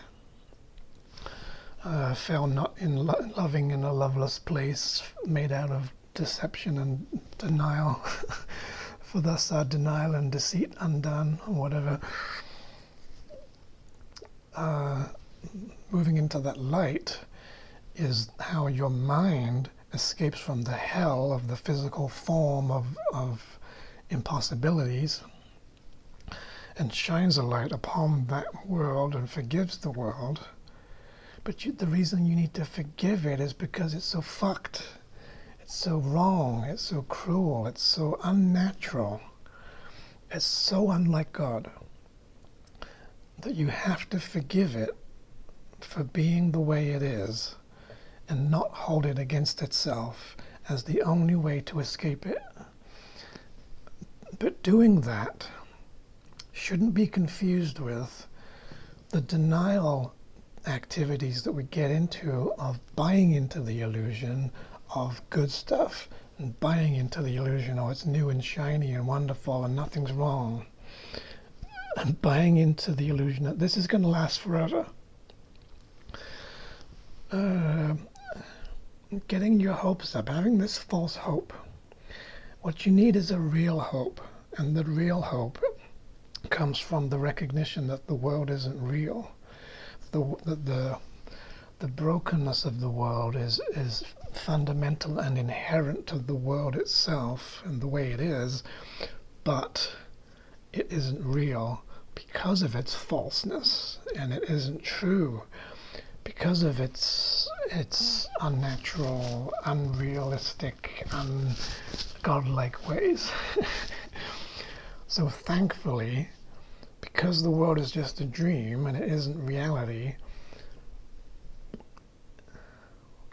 if you don't buy into the deception that it's a great thing, something you want, something to value, something to keep, something to stay attached to, something that is important, if you don't buy into that bullshit and you recognize the world is just never, ever going to work correctly, it's never going to be perfect, it is never going to be permanent, nothing in all of space and time, the whole universe, is ever going to last forever. Even space and time itself are going to end. and take with them their entire contents, and there will never again be a planet Earth. Get used to the idea now that the world we made it without love, and we made it to destroy, and we made it to hurt, and we made it to be cruel and to make no sense, and we made it to drive us insane, and we made it to cause loss and damage and pain and misery. And we made it to kill. We made it to destroy and to make dead, in attempting to kill ourselves, to kill God's Son, to be a place where the eternal come to question who it is they are and to doubt whether they even exist at all. We made a I don't even know what the right word for it is. It's like a defective, fundamentally impossible dream. The impossible dream, where the impossible seems to happen, and where it seems to make impossible anything that's real and true, where it makes everything difficult. And stop putting your hopes into these external sources of salvation and saying, oh, if I just do this, if I just get this, I just buy this, and we just do that, and we just go here, when we just see this person, and we just take this food, and we just have this remedy, it's going to fix it. And it might put a band-aid, it might give you a nice illusion of a temporary fix, a nice little band-aid for a while. Oh, it's not so bad, I don't have quite as much pain, and I don't have such an upset, and I seem to be able to get to work now that my car's fixed, and but you got to realize those parts are the parts that are the most deceptive, because they are the most in disguise. They are a broken, negative, vengeful, murderous, destructive, deadly world dressed up in the form of special love, in the form of attraction and appeal and desirability, covering over the rage and the hatred. And so they can be the traps. They can be the ways that you keep wanting to buy into it, because you don't want to look at those idols, and you don't want to recognize their shortcomings. You don't want to realize they can only do what they were designed to do. They're limited. You don't want to realize it's not what you wanted it to be. It can't do what you wanted it to be. It can't save you and fix you. It can't solve death, because it is causing it. It can't solve itself. It just be's what it is. The world just has its nature, and it just fucks. it just destroys. Devouring is nature's way. Eating itself alive. That's how it's going to be. And forgiving it is not going to change it, because forgiveness is about how you interpret it and how you look at it and the meaning that you give to it and what you see in it and what you read into it and use it for. If you take your tank that was used to blow up the opponents in the war, you might find a different use for the tank. Maybe you can turn it into a flower garden and plant some roses in there. A tank is a tank is a tank. A desert is a desert is a desert. The only thing to do with the desert is to leave. Once a shit, always a shit. What stays in hell, what happens in hell stays in hell. It is just part of the system.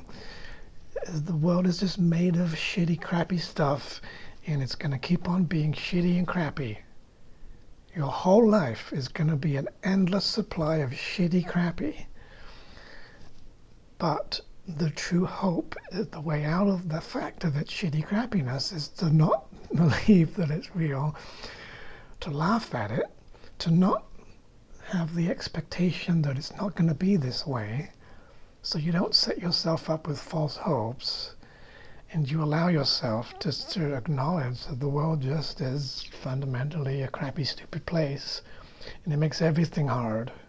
It makes everybody's life hard. And it's not the people so much, and it's not specific things, it's the whole system. It's just a crappy, shitty system. It is not the kingdom of God, and it doesn't work right. It doesn't work. It is a broken, malfunctioning,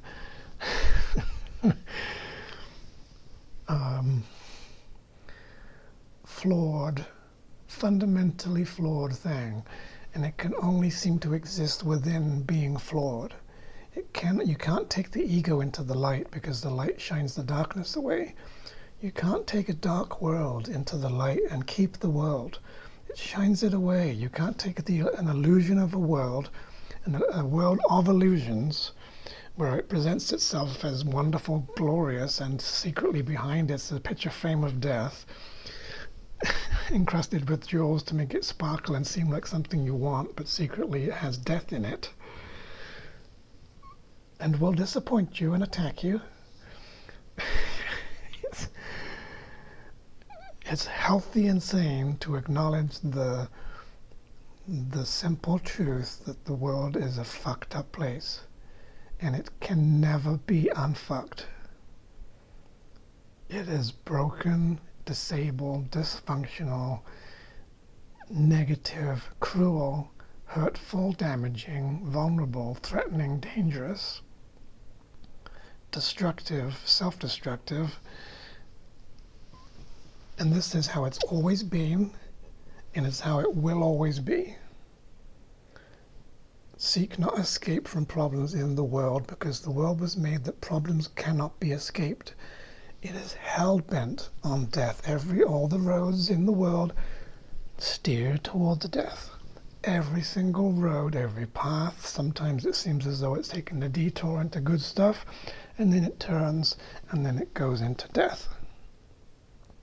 And he's saying that you can be saner and save yourself a shitload of misery and suffering and disappointment if you stop trying to make the world be a great thing. Stop trying to elevate it. Stop trying to build it up. Stop trying to make it into a shiny, wonderful place. Stop trying to talking about psychologically here. Stop trying to value the valueless. Stop trying to believe that things aren't going to go wrong. I mean, I just dropped my iPad on the floor. How is it possible? How is it possible that this could have even happened? In God's reality and in God's truth, that would never have occurred. And it happened because of the laws of physics, and I moved, and there was a certain gravity shift and a weight, and the materials and the objects, and they fell, and they damaged. So, and this was built into the system before I even purchased this object. It was practically inevitable, but that when certain physical arrangements of objects take place, shit happens. And if you've noticed, you spend most of your time picking up after the shit that happens because of the laws of physics.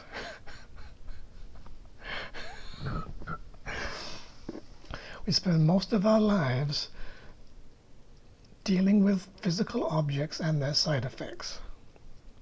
Things falling on the ground, rolling across the counter, falling on the floor, getting lost in the laundry, getting broken, getting put in the wrong cupboards. All of these possibilities are built into the system, and they're practically inevitable. The world is like a giant trash can. It's like a big heap of shit where everything's piled up, and under the right conditions it's always going to tumble down and fall. It's built into the system. You try and build it up, and you make a nice castle out of the sand, and the water's going to come and wash your nice sand castle away. And you're going to think that the time that you spent enjoying making the sand castle was really fun. You had a good time. and then it washed it away, so you kind of turned your back on it, and you went off in pursuit of some ice cream because you thought there was going to be something else that you could do that was going to be better to take your mind off the loss that you experienced. So you keep hopping from illusions of things going well to another illusion of things going well to another. You keep hopping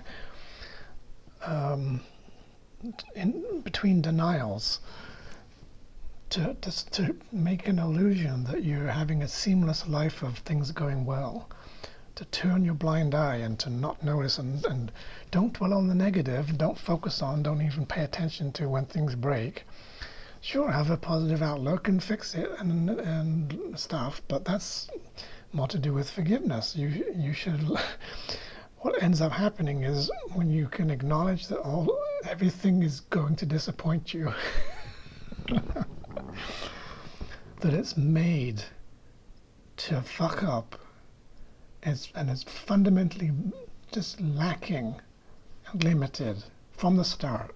The whole world was ready to turn to dust as soon as it was made.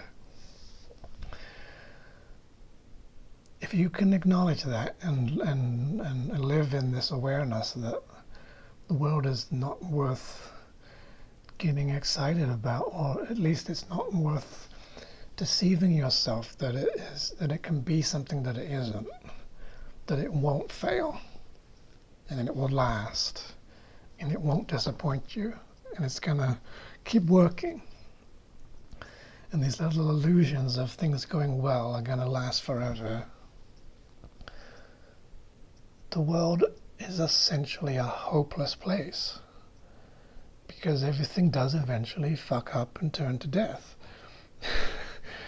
So, as he says, do not seek escape from problems in the world. The problem is made that you cannot escape problems. The world was made that you can't escape from the suffering. The only escape is to leave the desert and get out, get your mind above the battlefield and out of the seeming reality of these problems, not expecting that there aren't going to be more problems. People just hop from problem to problem, and another big world fuck thing comes along and everybody's focusing on it. Oh, here's another war, here's another invasion, here's another starvation, here's another earthquake. Let's just keep bouncing around in our little bouncy castle of death. Little having a good old time, just going along for the ride as all these things go to shit. We try to be positive because we know that the positivity has some light in it and some truth in it. And that in ultimate truth, everything is perfect and there are no problems and everything is harmonious and nothing ever breaks and nobody ever dies and there is no sickness or death. Everybody's happy all the time in reality. So you got to focus on that in spite of the bullshit and the inevitability of death in order to not be driven mad by the world, to get your mind off of the insanity of this ridiculous system that can never work and can never save you and can never make you happy in the long term,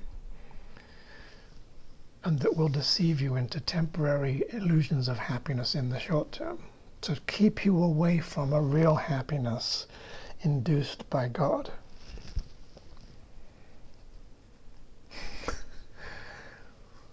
We have to admit that this world just was made to turn everything into heck. It was made to destroy. It was made to attack. It was made to break things. It was made to limit. It was made to make things difficult. And that's all it does all the fucking time. And you know it's true.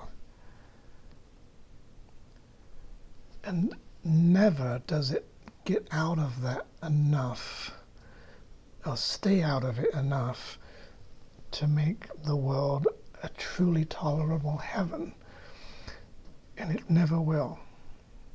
It's always a mixture of good and bad. It's always a mixture of true and false, and reality and unreality, of giving and taking away. The world gives to take away, and everything that it gives has a lack in it, and it will take it away from you eventually. It's an Indian giver.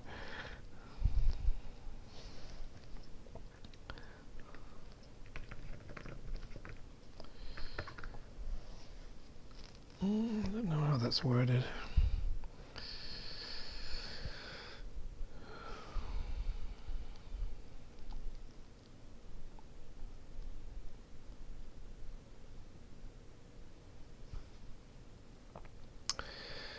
You who feel threatened by this changing world, its twists of fortune and its bitter jests, its brief relationships and all the gifts it merely lends to take away, again, attend this lesson well.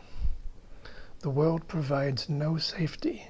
It is rooted in attack, and all its gifts of seeming safety are illusory deceptions.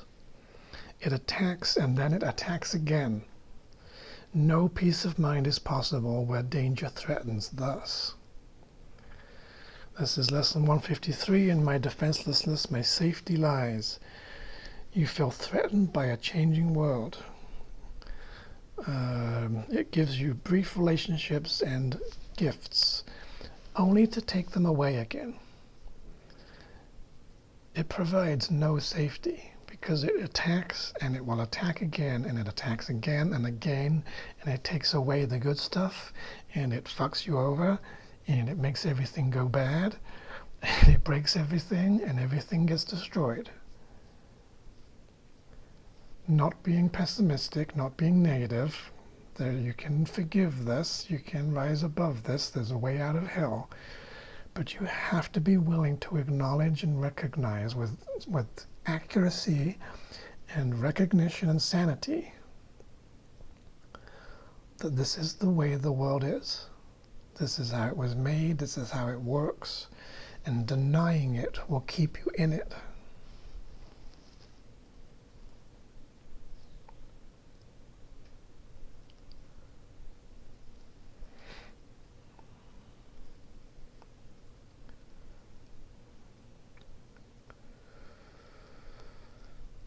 Jesus says that he can give you peace.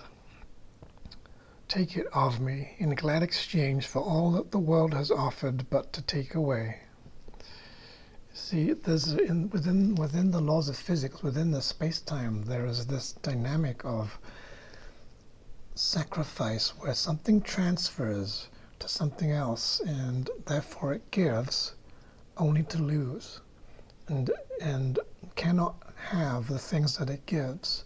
So every form of giving involves a loss and a lack. And so everything that is given is also imbued with lack and loss and limitation. So it cannot give everything fully, or it can't give wholeness, because it's all limitation. So it can only partially give, and it will take it away from you. There's no point in avoiding that or denying it.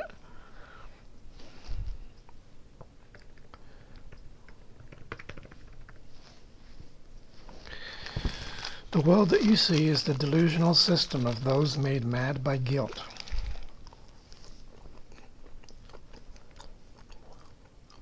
Look carefully at this world, and you will realize that this is so. The world is a symbol of punishment, and all the laws which seem to govern it are the laws of death.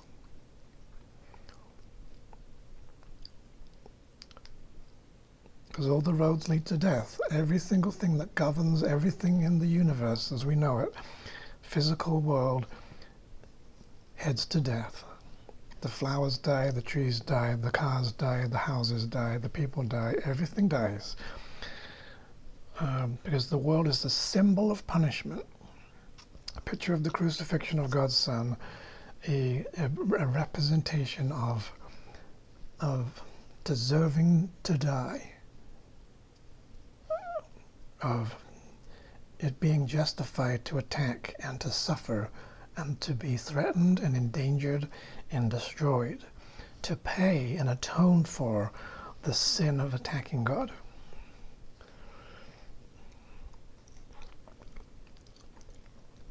Children are born into it. So we're talking now about physical bodies, the physical world. Children are born into it through pain and in pain. Meaning it is impossible to be born without pain. The growth is attended by suffering, growing pains. And they learn of sorrow and separation and death. Their minds are trapped in their brains. So we're talking about the physical world. Brains, children, childbirth, physical growth, physical death. Their minds are trapped in their brain, and its powers decline if their bodies are hurt. They seem to love, yet they desert and are deserted. They appear to lose what they love, which is perhaps the most insane belief of all, and their bodies wither and gasp and are laid in the ground, and seem to be no more. Not one of them has but thought that God is cruel. If it's true that this is reality, it must be God. The world is made of God, and therefore God must be cruel in his nature if this kind of life of being born in pain and suffering and losing love and withering and dying is real. If it's real and it's of God, God must be cruel. God is not cruel, therefore the world cannot be real. Because the world is a delusional system of those made mad by guilt. It is a hallucination of insanity. An insane world does not function correctly.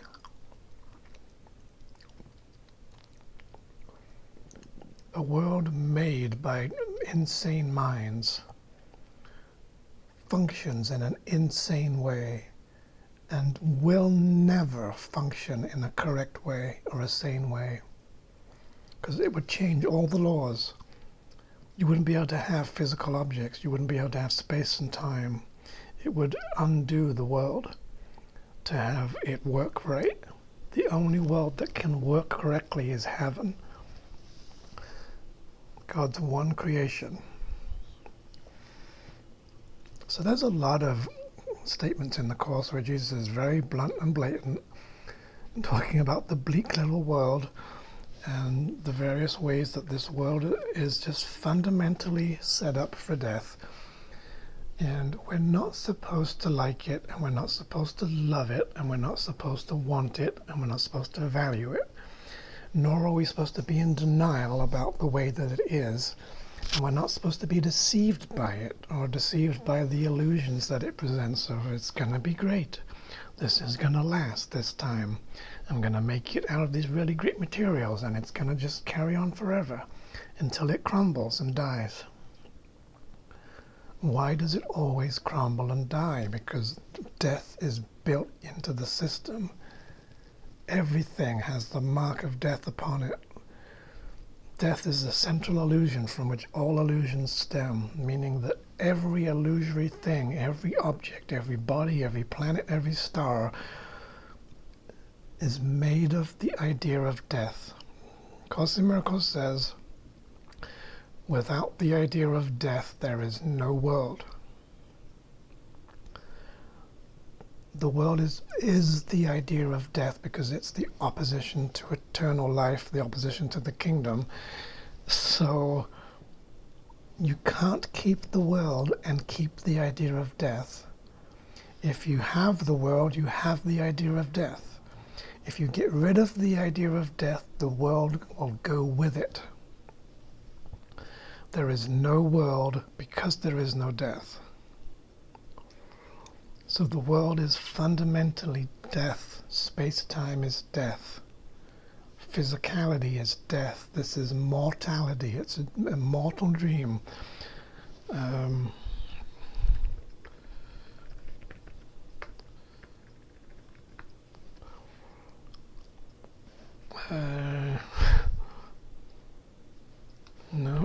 website.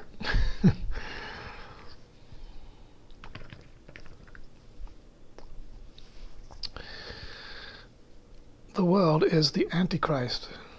The strange idea that there is a power past omnipotence, a place beyond the infinite, a time transcending the eternal.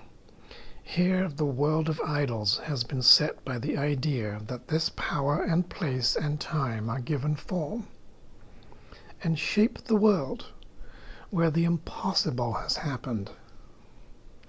Here the deathless come to die, the all-encompassing to suffer loss. I would like some loss, please. The timeless to be made the slaves of time. Here does the changeless change. The peace of God, forever given to all living eternal things, gives way to chaos. And the Son of God, as perfect, sinless, and as loving as his Father, has come to hate a little while, to suffer pain, and finally to die. The world is the Antichrist. If you want to believe it doesn't really exist and it's not real, but it is an idea of an illusion of evil. It does not function right.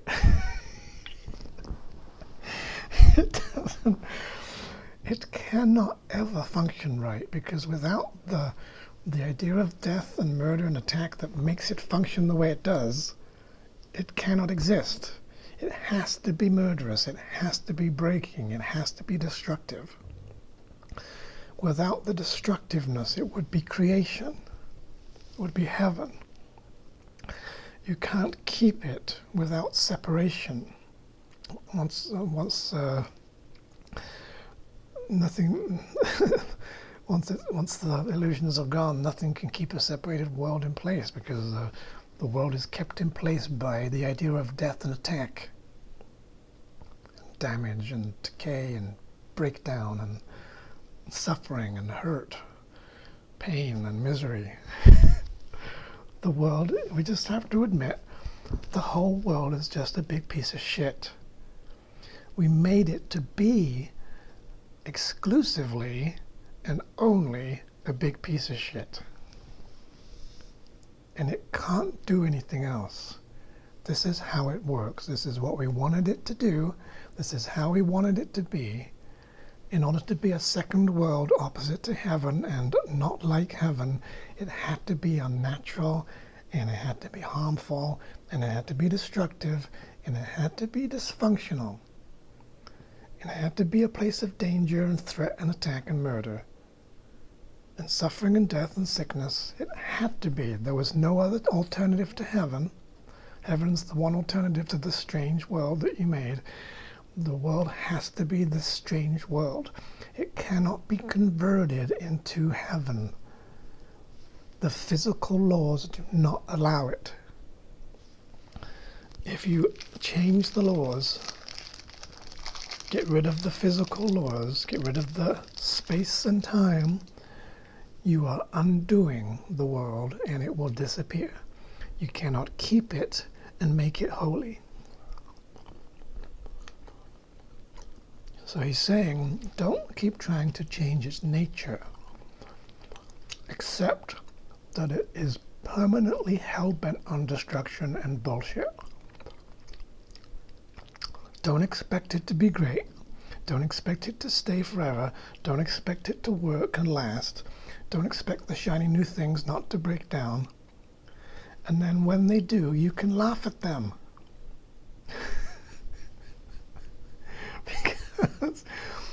Because you know they're just doing what they're supposed to do.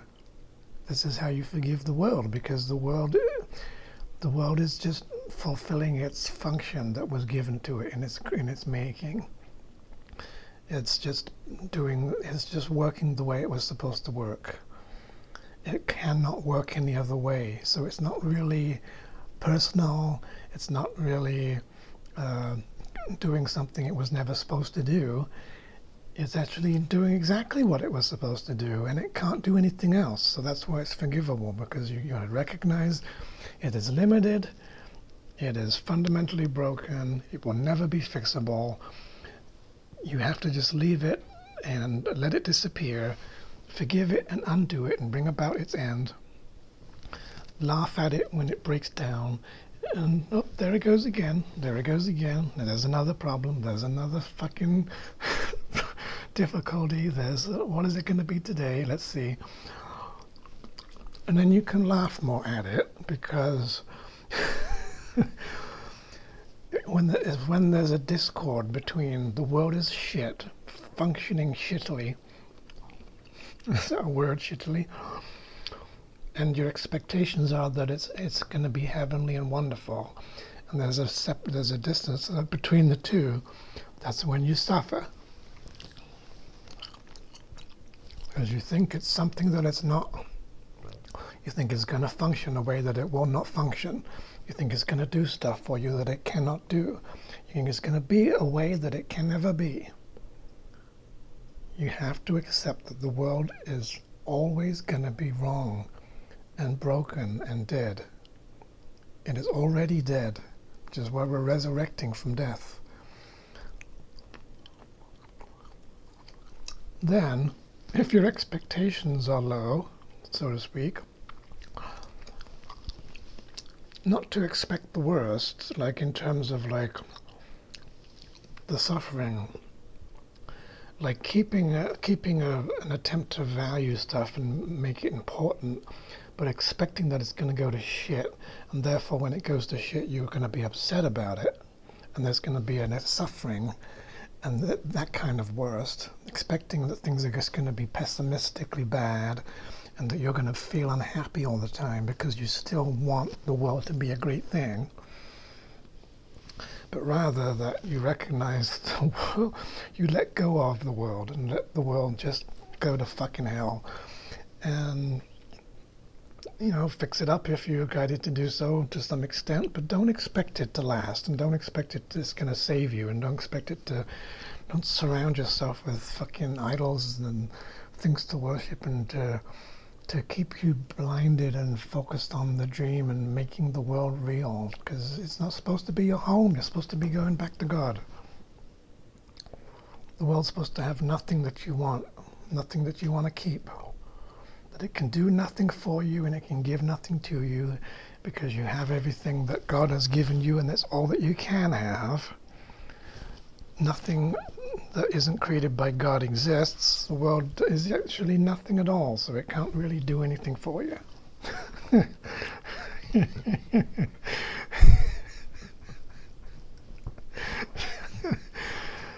So the world is a failure. The world is just a limited, stupid DIY job that went wrong, and it was never going to work to begin with.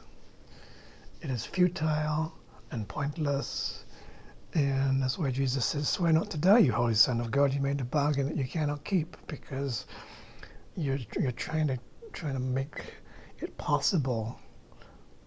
The impossibilities are possible. The impossible world is possible. That death is possible, and things can possibly save you in the world, and your body can last forever, and there can be no wars and all this stuff. Impossibilities, and you think that you're trying to make them be possible. Jesus says we try to make the temporary world eternal. We tried, but we couldn't give it. You couldn't give it life, and you couldn't give it eternal life.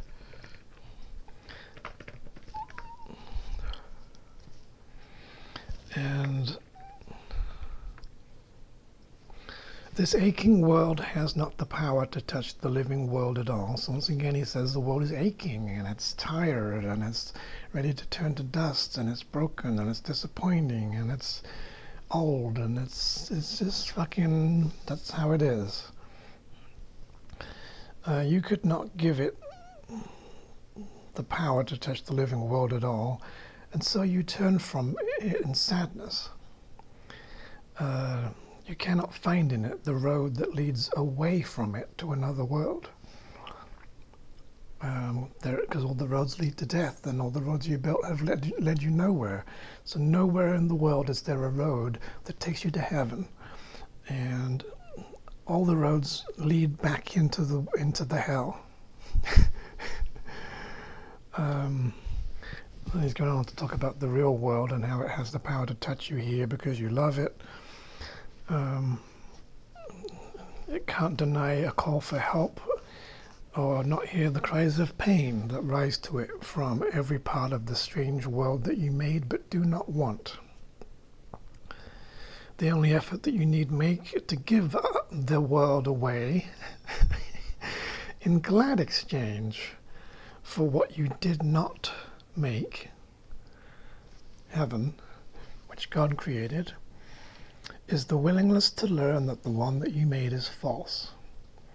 So we're just learning that the world is false. It isn't like heaven. It's wrong. It's broken. It's mistaken. It's malfunctioning.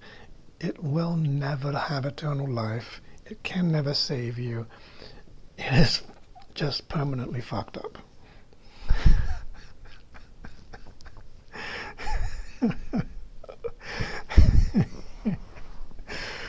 And it's because the recognition of that makes you happy. It makes you laugh because you're acknowledging the truth of how fucking ridiculous it is. The world is just fucking stupidly ridiculous.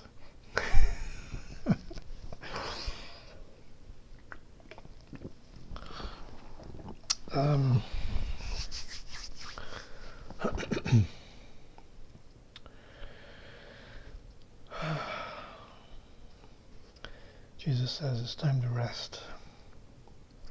I've been yakking for 2.5 hours almost, for goodness sake. You've been suffering this whole time with the sore bum caused by the terrible pressures of hell mounting upon your buttocks. So, if you've made it this far, well done. Thanks for your patience and listening, and hopefully I didn't bore you or disappoint you or turn you off.